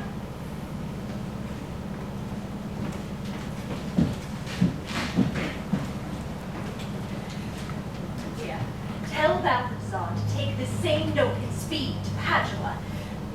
Render it into the hands of my cousin, Dr. Valerio, and tell him, note what garments and notes he doth give him, bring them with all haste to the common ferry which trades with Venice. Waste no time with words, but get thee gone. I shall be there before him. Madame, I go with all convenient speed. Come, Nerissa, I have work in hand you yet not know of. We shall see our husbands before they think of us. Shall they see us? They shall, Nerissa, but in such habits as they will think we are accomplished with that we lack. I'll prove thee any wager. When we are accoutred like young men, I'll prove the prettier fellow of the two, and wear my dagger with braver grace, and speak between the change of man and boy in a reed voice, and turn 2 mincing steps into a manly stride. Why, shall we turn to men? Why, what a question's that? Come, Nerissa, I'll tell thee all my whole device when we are in my coach, which stays for us at the park gate. Therefore, haste away. We must measure 20 miles today.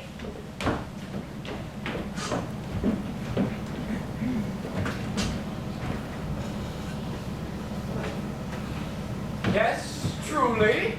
For look you, the sins of the father shall be placed upon the child. Therefore, I promise thee, I fear you. I was always playing with you, and so now I will speak my agitation of the matter. Therefore, be of good cheer, for presently I fear you are damned. There is but one kind of hope in it that can do you any good, and that is but a kind of bastard hope, neither. And what hope is that, I pray thee? Mary, you may partly hope that your father got you not, that you are not the Jew's daughter. That were a kind of bastard hope indeed. So the sins of my mother should be visited on me. Truly then, I fear you are both damned by mother and father. I shall be saved by my husband. He hath made me a Christian. Truly the more to blame thee. We were Christians in our before, as many as could well live one by another. This making Christians will raise the price of hogs. If we grow all to be pork eaters, we shall not shortly have a rasher on the coals for money. I shall tell my husband, Launcelot, what you say. Here he comes. I shall grow jealous of you shortly, Launcelot, if you thus get my wife into quarters. Nay, you need not fear us, Lorenzo. Lancelot and I are out. He tells me flatly, there is no mercy for me in heaven, for I am a Jew's daughter. And he says, you are no good member of the Commonwealth, for in converting Jews to Christians, you raise the price of pork. I think the best grace of wit will shortly turn into silence, and discourse grow commendable not only for parents. Go in, sirrah. Bid them prepare for dinner. Oh, that is done, sir. They have all stomachs. Lord, what a whip-snapper are you? Then bid them prepare dinner. Oh, that is done too, sir. Only cover is the word. Will you cover then? Oh, not so, sir, neither. I know my duty. Yet more quarrelling with occasion. Wilt thou show the whole wealth of thy wit in an instant? I pray thee, understand a plain man in his plain meaning. Go to thy fellows, bid them cover the table, serve in the meat, and we will come to dinner. For the table, sir, it shall be served in.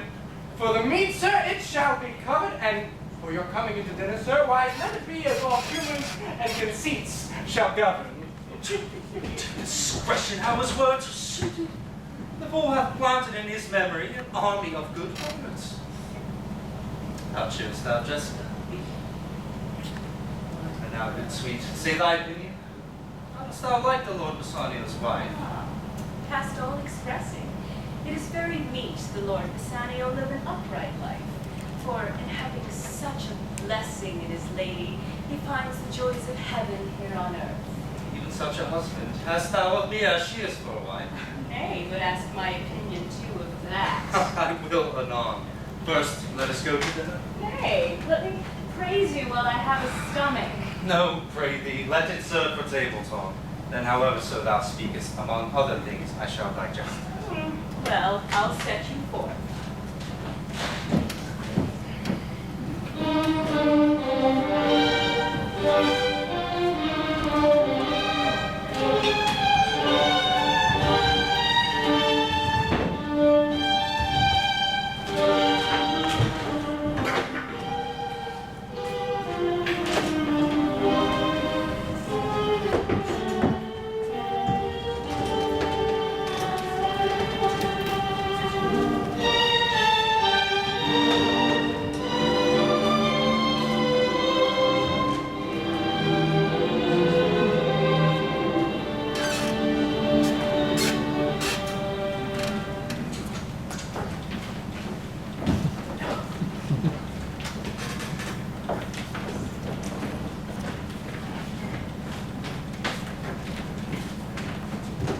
What, is Antonio here?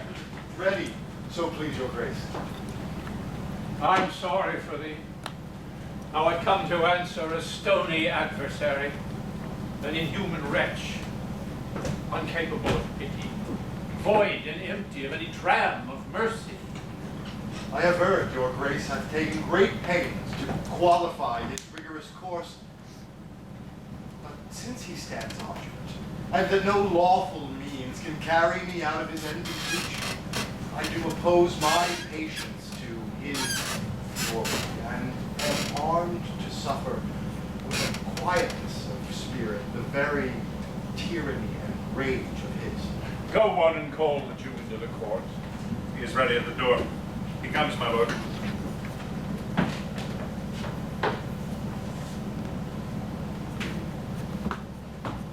Make room and let him stand before our face.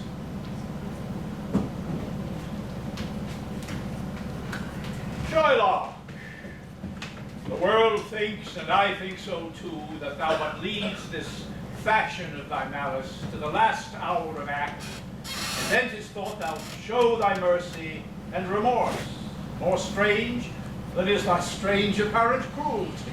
And where thou now exacts the penalty, which is a pound of this poor merchant's flesh, thou wilt not only lose the forfeiture, but touched with human gentleness and love, forgive a moiety of the principal, glancing an eye of pity on his losses, which have of late so huddled on his back, enough to press a royal merchant down, and pluck commiseration for his state from brassy bosoms and rough hearts of flint, from stubborn Turks and Tartars never trained to offices of tender courtesy.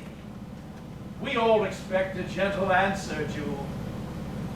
I have possessed your grace of what I purpose, and by our holy Sabbath have I sworn to have the due and forfeit of my bond. If you deny it, let the danger light upon your charter and your city's freedom.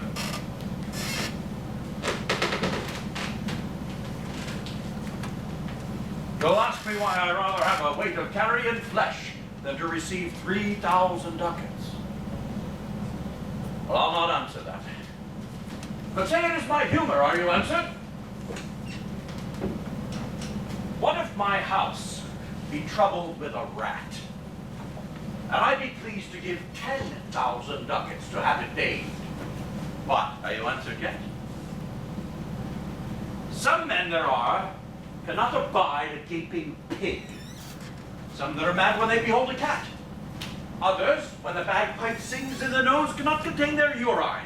For affection, mistress of passion, sways it to the mood of what it likes or loathes. Now to your answer. As there is no firm reason why he cannot abide a gaping pig, why he, a harmless necessary cat, why he, a woolen bagpipe, but of force must yield to such inevitable shame as to offend, himself being offended, so I can give no reason, nor I will not, more than a lodged hate, and a certain loathing I bear, Antonio, that I follow thus a losing suit against him. Are you answered? This is no answer, thou unfeeling man, to excuse the current of thy cruelty. I'm not bound to please thee with my answers. Do all men kill the things they do not love? Hates any man the thing he would not kill? Every offense is not a hate at first. Wouldst thou have a serpent sting thee twice? I pray you, think you question with the Jew. You may as well go and stand upon the beach and bid the main flood bait his usual height. You may as well use question with the wolf, why he hath made the ewe bleat for the lamb. You may as well forbid the mountain pines to wag their high tops and make no noise when threatened with the gusts of heaven. You may as well do anything most hard as seek to soften that than which what's harder, his Jewish heart.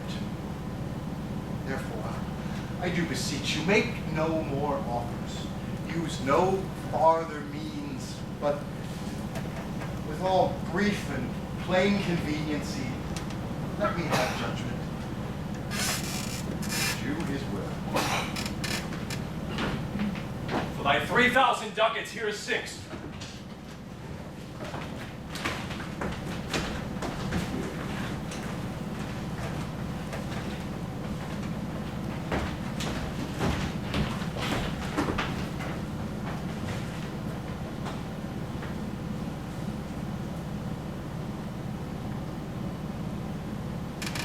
Every ducat in 6,000 ducats were in 6 parts, and every part a ducat, I would not draw them. I would have my part. How shalt thou hope for mercy, rendering none? What judgment should I dread doing no wrong?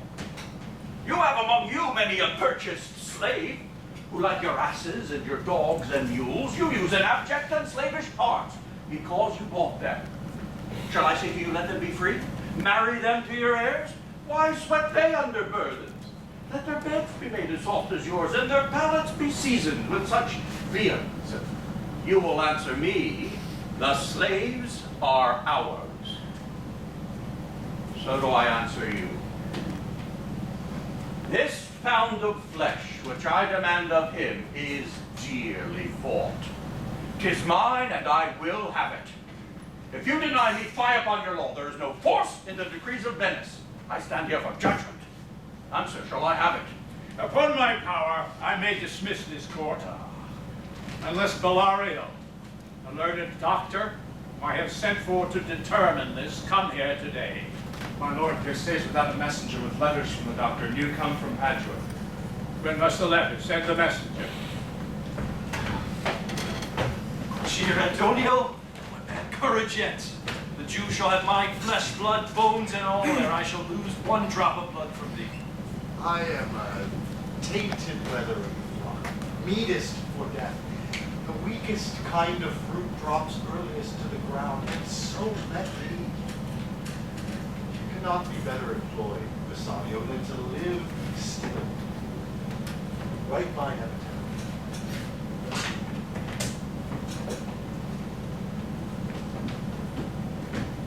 Come you from Padua, from Bellario?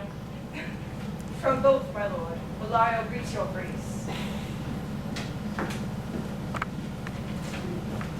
Why dost thou whet thy knife so earnestly? To cut the forfeit from that bankrupt there. Not on thy soul, but on thy soul, harsh Jew, thou makest thy knife keen.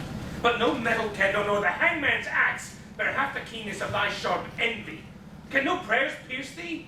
No, none that thou hast wit enough to make. Oh, be thou damned, an execrable dog! And for thy life let justice be accused. Thou almost makest me waver in my faith to hold opinion with Pythagoras. That souls of animals infuse themselves into the trunks of men, for thy desires are wolfish, bloody, starved, and ravenous.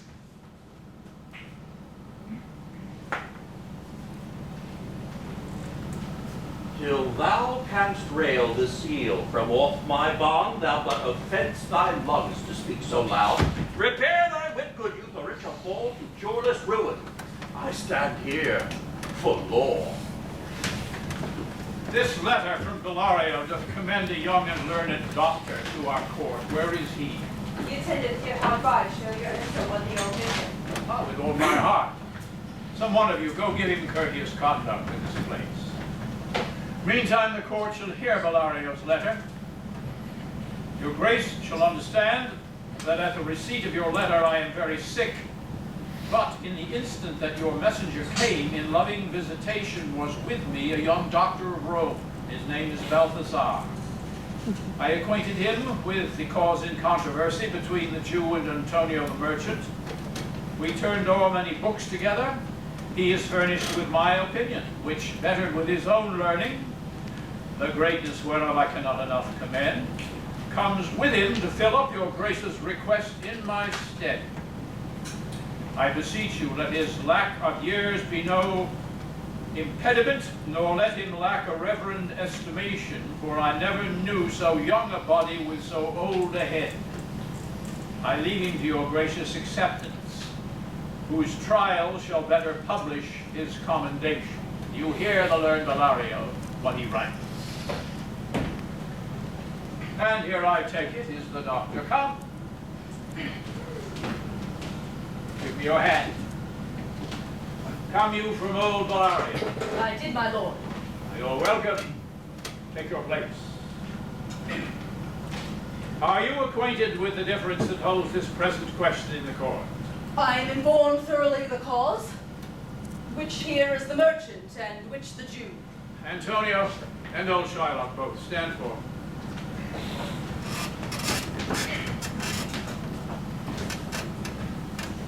Is your name Shylock?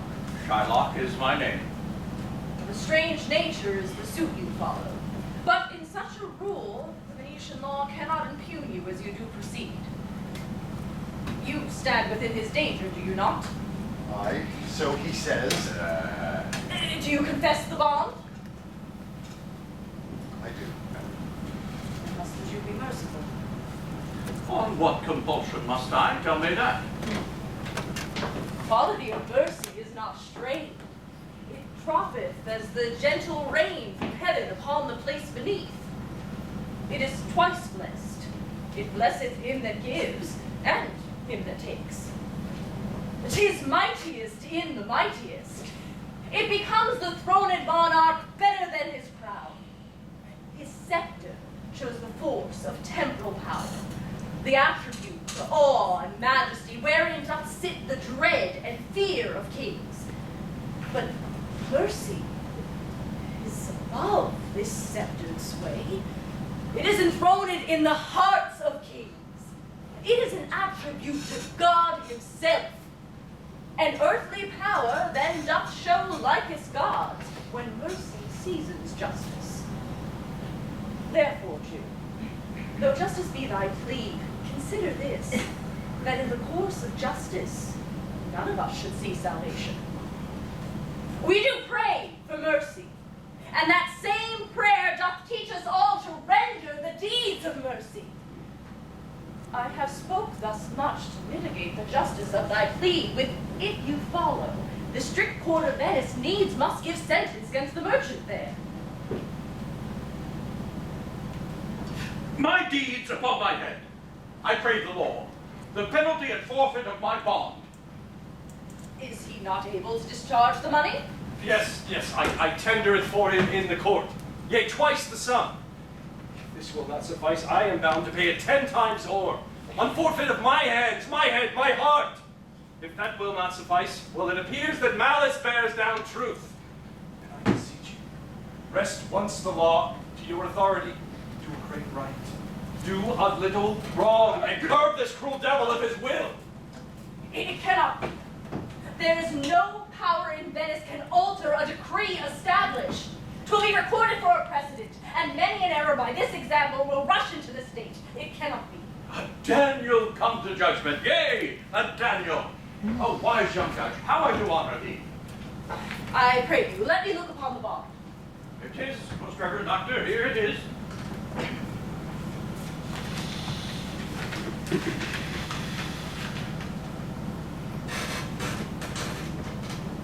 Shylock, there's thrice thy money offered thee. An oath. An oath.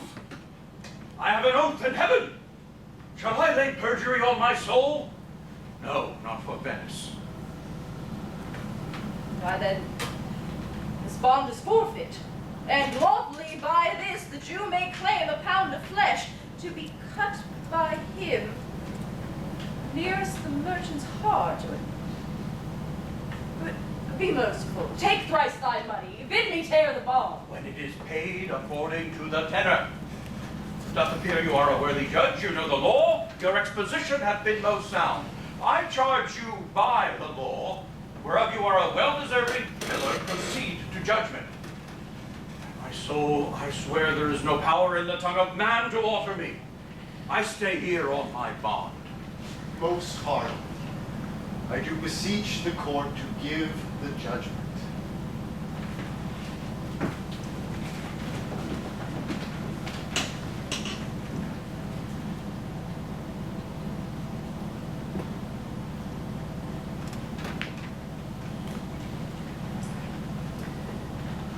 Why then, thus 'tis. You must prepare your bosom for his knife. Oh, noble judge, oh, excellent young man. For the intent and purpose of the law hath full relation to the penalty, where here appeareth due upon the bond. Very true, O wise and upright judge. How much more elder art thou than thy looks? Therefore lay bare thy bosom. By his breast, so says the bond, doth it not, noble judge? Nearest his heart, those are the very words. It is so. Are there balance here to weigh the flesh? I have them ready.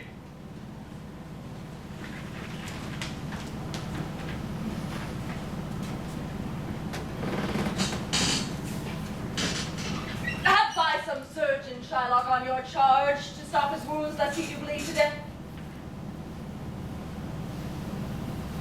Is it so nominated in the bond? It is not so expressed, but what of that? 'Twere good you do so much for charity.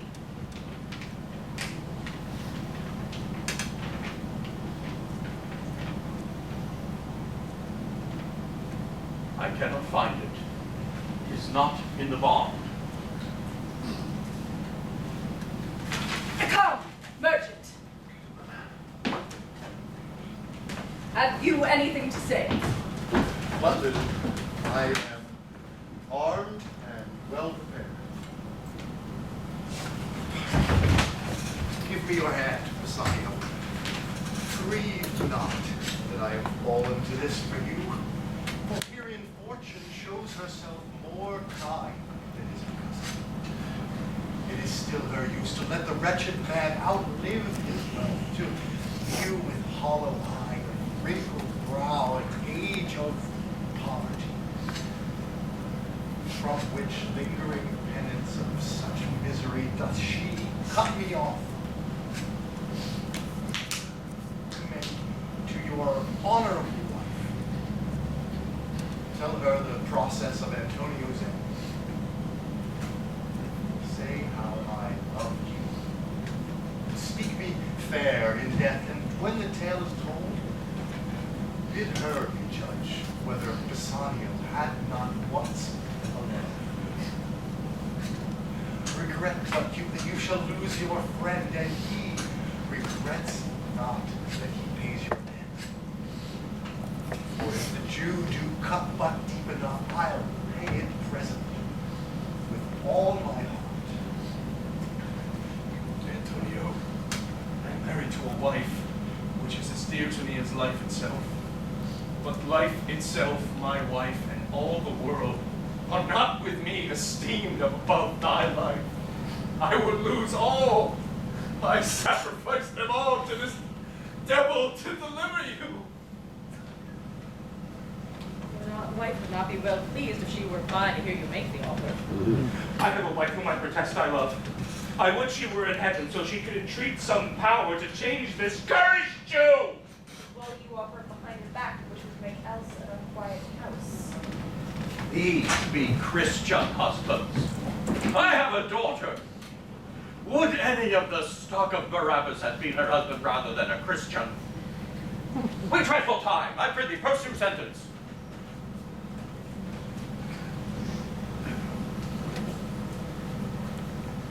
A pound of that same merchant's flesh is thine. The law allows it, and the court awards it. Most rightful judge. And you must cut this flesh from off his breast. The law doth give it, and the court awards it. Oh, learned judge. A sentence?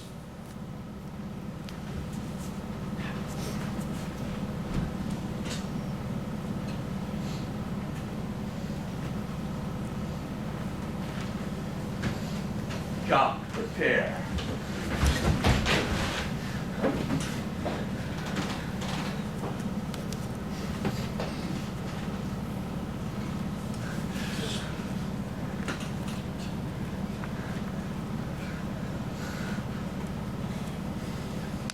Tarry a little. There is something else. Bond. Is there here no jot of blood? The words expressly are a pound of flesh.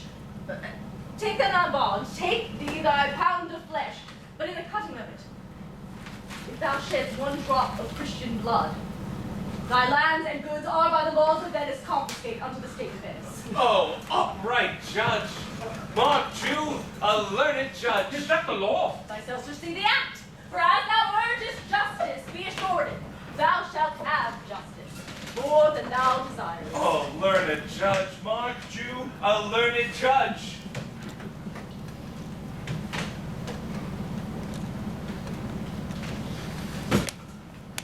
I take this offer then. Pay the bond price and let the Christian go. Here is the money. Soft. The Jew shall have all justice.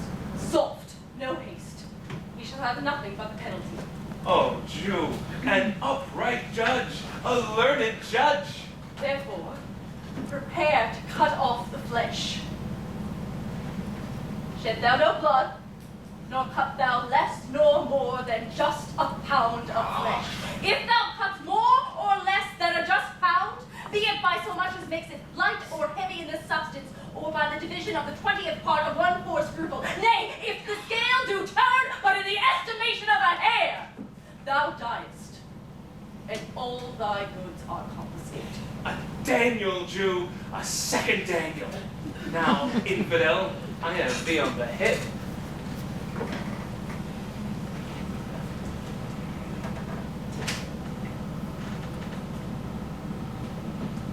Why doth the Jew pause? Take thy forfeiture. Give me my principal. Let me go. I have it ready for thee. Here it is. He hath refused it in open court. He shall have merely the penalty and his bond. The second Daniel. A Daniel, still say I. I thank thee, Jew, for teaching me that word. Thou shalt have merely the penalty to be taken at thy peril, Jew. How in the devil give a good of it? I'll stay no longer question. I tarry, Jew. The law hath yet another hold on you. It is enacted in the laws of Venice. If it be proved against any alien that by direct or indirect attempts he seeks the life of any citizen, the party against the which he has contrived shall seize half his goods. The other half comes to the privy coffer of the state, and the offender's life lies in the mercy of the Duke only, against all other voice.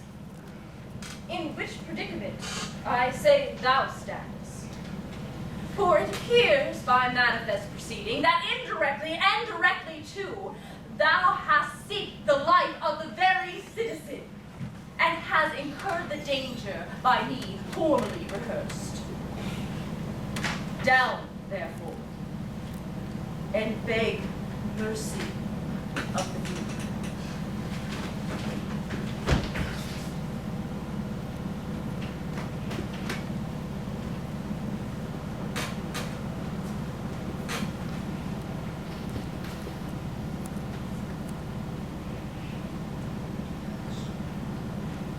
Beg that thou mayest have leave to hang thyself. And yet, thy wealth being forfeit to the state, thou hast not left the value of a court. Therefore, thou must be hanged at the state's charge. Thou shalt see the difference in our spirits.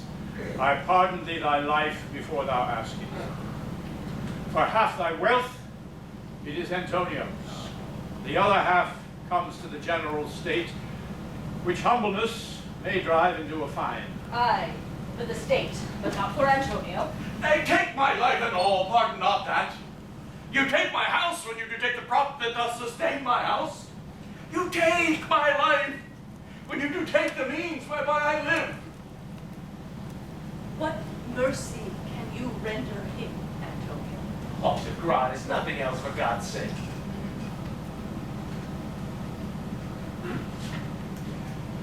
So please, my lord, the Duke and all the court to forego the fine for one half of his goods.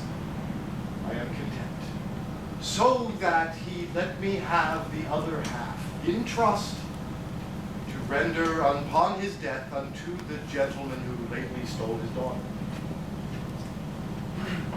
Two things provided more, that for this favor, you presently become a Christian. The other, that he do record a gift here in the court of all he dies possessed, to render upon his death unto his son Lorenzo and his daughter. This he shall do, or else I do recant the pardon that I late pronounced in here.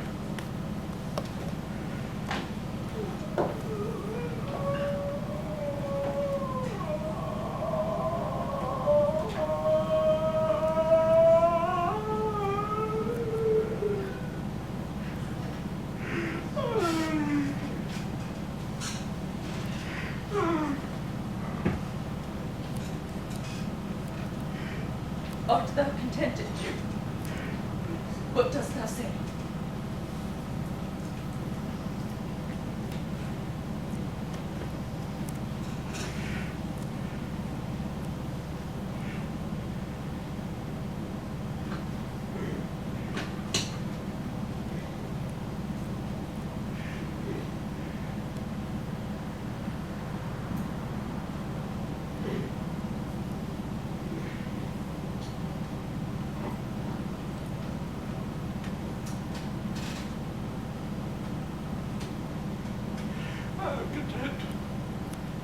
Clerk, draw to your gift.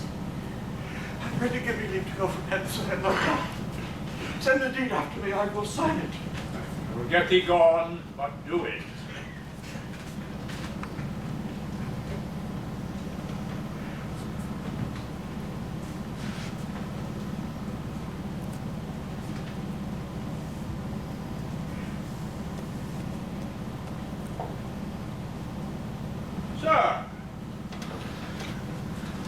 invite you home with me to dinner. I do desire your grace of pardon. I must away this night toward Padua. It is meet I presently set forth. I'm sorry that your leisure serves you not. Antonio, gratify this gentleman, for in my mind you are much bound to him. Most worthy gentlemen, I and my friend have this day by your wisdom been acquitted of grievous penalties, in lieu whereof 3,000 ducats due unto the Jew, we freely cope your courteous pains withal. And stand indebted over and above in love and service to you forevermore. He is well paid, that is well satisfied, and I, delivering you, am well satisfied, and therein do account myself well paid. I wish you well. I pray you, know me when we meet again. So, farewell. Good sir. Of force, I must attempt you further. Take of us some remembrance, as a tribute, not as a fee. I pray you grant me two things: to pardon me, and to not deny me. You press me far, and therefore I will yield. Give me your gloves. I'll wear them for your sake. And for your love, I'll take this ring of you. Do not draw back your hand. I'll have nothing more, and you in love will not deny me this. Alas, good sir, this is a trifle. I would shame myself to give you this. I will have nothing else but this, and now methinks I have a mind to it. There is more depends on this than the value. The dearest ring in all of Venice would I give you, but for this, I pray you pardon me. I see, sir, that you are liberal with your offers. First you taught me how to beg, and now methinks you teach me how a beggar should be answered. Good sir, my wife did give me this ring, and when she put it on, she made me vow never to sell, nor give, nor lose it. This use serves many a man to save his gifts. If your wife be not a mad woman, and knew how much I did deserve the ring, she would not hold out enemy forever for giving it to me. Well, peace be with you. My lord Bassanio, let him have the ring. Let his deserving and my love withal be valued against your wife's commandment.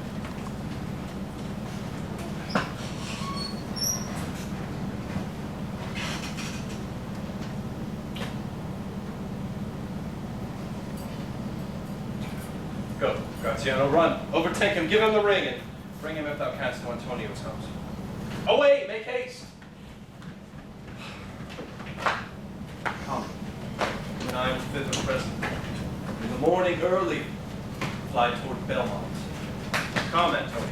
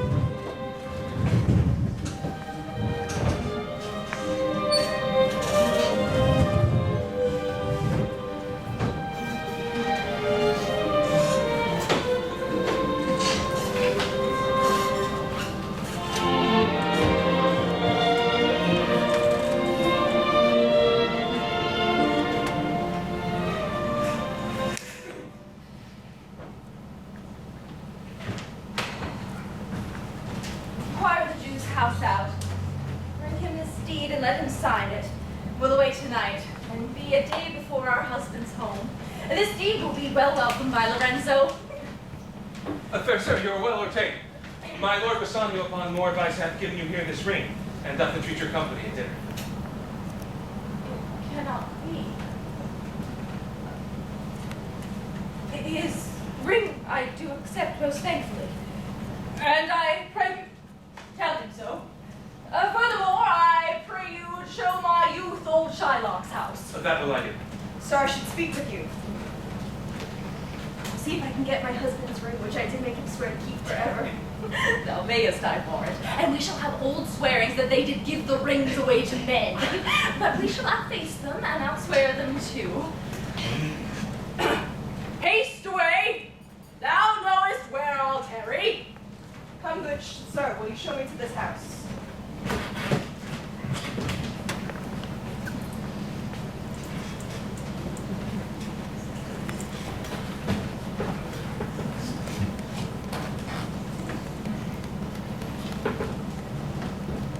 shines bright on such a night as this. And the sweet wind did gently kiss the trees, and they did make no noise. And such a night stood Dido, with a willow in her hand, on the wild sea berries, and waft her love to come again to love. In such a night, Medea gathered the enchanted herbs that did renew old Aeson. In such a night did Jessica steal from the wealthy Jew, and with an unthrift love did run from Venice as far as Belmont. In such a night, did young Lorenzo swear he loved her well, stealing her soul with many vows of faith and ne'er a true one. In such a night did pretty Jessica, like a little shrew, slander her love, and forgave it. I would outnight you, did nobody come. But hark, I hear the footing of a man. Who comes so fast in the silence of night? A friend. A friend? What friend? Your name, I pray you, friend. Stefano is my name, and I bring word that my mistress will before the break of day be here at Belmont. She does stray by holy crosses where she does kneel and pray for half the wedlock hours. Who comes with her? None but an old Herod and her maid. But I pray thee, is my mistress yet returned? She is not yet, nor we have not heard from her. But go we in, I pray thee, Jessica, and ceremoniously let us prepare some welcome for the mistress of the house. Solanio! Wait here, Solanio! Who calls? Master Lorenzo! I tell you, have you seen Master Lorenzo? Solanio! Leave hovering, man. Here. Where? Here. Tell him there come post from my master with a sword full of good news. My master will be here ere morning.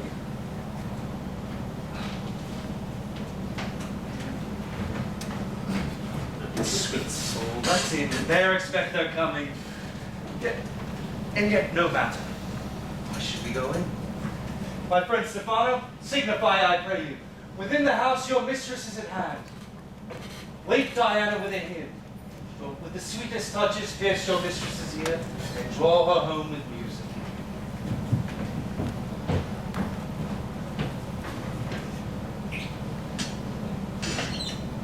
Sweet the moonlight sleeps upon this bank. Here we will sit, and let the sounds of music creep in our ears. Soft stillness in the night, and the touches of sweet harmony. Sit, Jessica. Look how the floor of heaven is thick inlaid with paintings of white gold. It's not the smallest orb which thou beholdest, but in his motion like an angel sings, still querying to the young-eyed cherubims. Such harmony is in immortal souls. But willest this muddy vesture of decay doth grossly close it in? We cannot hear it. I am never merry when I hear sweet music. Reason is, your spirits are attentive. For do but note a wild and wanton herd, or a race of youthful and unhandled courts. If they but hear perchance a trumpet sound, or any air of music touch their ears, you shall perceive them make a mutual stand. Those savage eyes turn to a modest gaze by the sweet power of music. Therefore the poet did feign that Orpheus drew trees, stones, and floods. It's naught so stockish, hard, and full of rage, but music for the time doth change his nature. Man who hath no music in himself, nor is not moved with concord of sweet sounds, is fit for stratagems, and spoils. No such a man will trust him. Mock the music.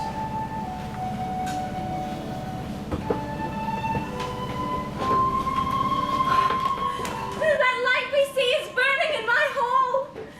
How far that little candle throws its beams. So doth a good deed in this naughty world. The moon showed we did not see the candle. So doth a greater glory dig the less. Hark, music. Is your music, madam, of the house? Nothing, it seems, is sweet without respect. Methinks it sounds much sweeter than by day. Silence bestows their virtue on it, madam. The crow would sing as sweetly as the lark when neither is attended. And the nightingale, were she to sing by day, when every goose is cackling, methinks would be thought no better a musician than a wren. How many things by season seasoned are to their right praise and true perfection. voice, or am I much deceived of Portia? He knows me like a blind man knows a cuckoo by the bad voice. Dear lady, welcome home. Oh, we have been praying for our husband's health. Are they returned? Madam, they are not yet. No, there has come a messenger before to signify their coming. Nerissa, go in and bid my servants to take no note of us being gone hence. Lorenzo, nor you. Jessica, nor you. Your husband is at hand. I hear his trumpet. No telltales, madam. Do you know? You are welcome home, my lord. I thank you, madam. Welcome to my friend. This is the man. This is Antonio, to whom I am so infinitely bound. You should in all sense be much bound to him. For as I hear it, he was much bound for you. And stand indebted in over and above in love and service to you. Sir, you are very welcome to our house, and it must appear in more ways than words. Therefore, I scant this breathing courtesy. By yonder moon, I swear you do me wrong. In faith, I gave it to the judge's clerk. Would he would doubt that had it for my part, since you do take it, love so much at heart.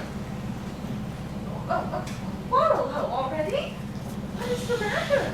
About a hoop of gold, a paltry ring that she did give me, whose posy was for all the world like cutler's poetry upon a knife. And love me and leave me not. What talk you of the posy or the value? You swore to me when I did give it that you would wear it to your hour of death, and it should lie with you in your grave.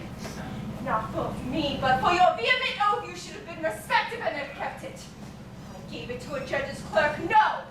God is my judge. The clerk will ne'er wear hair on space that hadn't. He will, and if he lived to be a man. Why, if a woman lived to be a man. Oh, now, by this hand, I gave it to a youth, a kind of boy, a little scrubbed boy no higher than thyself. The judge's clerk, a prating boy who begged it as a fee. I could not from my heart deny it him.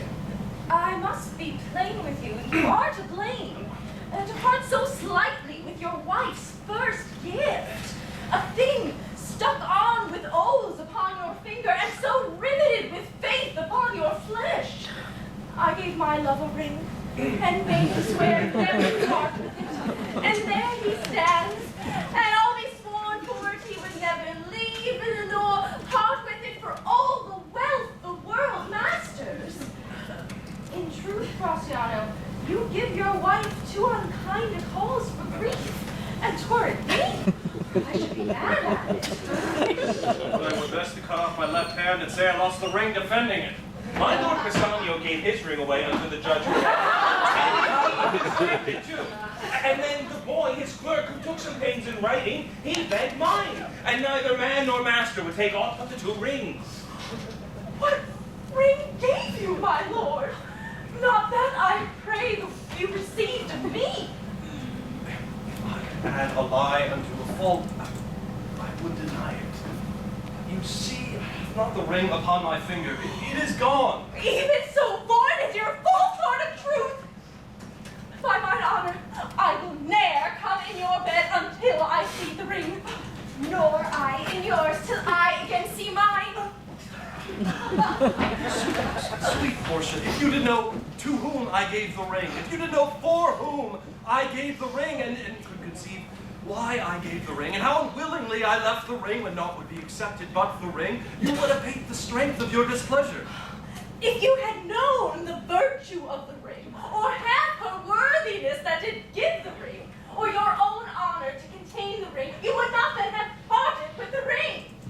What man, being so unreasonable, had it pleased you to defend it with any terms of zeal, would warrant the modesty to urge the thing held as ceremony? Nerissa teaches me what to think. I'll die for it, but some woman had the ring! No, madam, but by my honor, by my soul, it was no woman, but a civil doctor who did refuse of me 3,000 ducats and begged the ring, to which I did deny him and suffered him to go displeased away. Even he that did uphold the very life of my dear friend. Oh, madam, what would you have me say? I was beset with shame and courtesy. I was enforced to send it after him. My honor will not so much let ingratitude besmear it.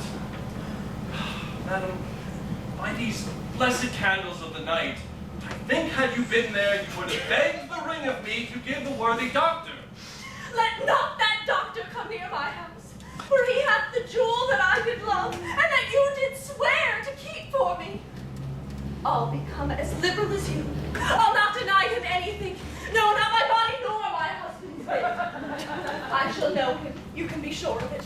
Lie not a night from home. Watch me like Argus. For if you do not, if I be left alone, by mine honor, which is yet mine own, I'll have that doctor for my bedfellow. I must work. Therefore be well advised how you leave me to mine own protection. Well, do you, sir? Let me not take him then, for if I do, I'll mar the young clerk's pen. I am the unhappy subject of these quarrels. Sir, grieve you not. You are welcome, notwithstanding. Portia, this enforced wrong, and in the hearing of these many friends, I do swear by thine own eyes, wherein I do see myself. Mark you but that, where he doubly sees himself, in each eye one, swear by your double self, and there's an oath of credit. Nay, pardon me this fault, and by my soul, I swear, never more will break an oath. I once did lend my body for his wealth, which, but for him that had your husband's ring, had quite miscarried. I dare be bound again, my soul upon the forfeit, that your lord shall ne'er more break faith advisedly. Then you shall be his short. Bid him take this and keep it better than the other. Here, Lord Bassanio, swear to keep this ring.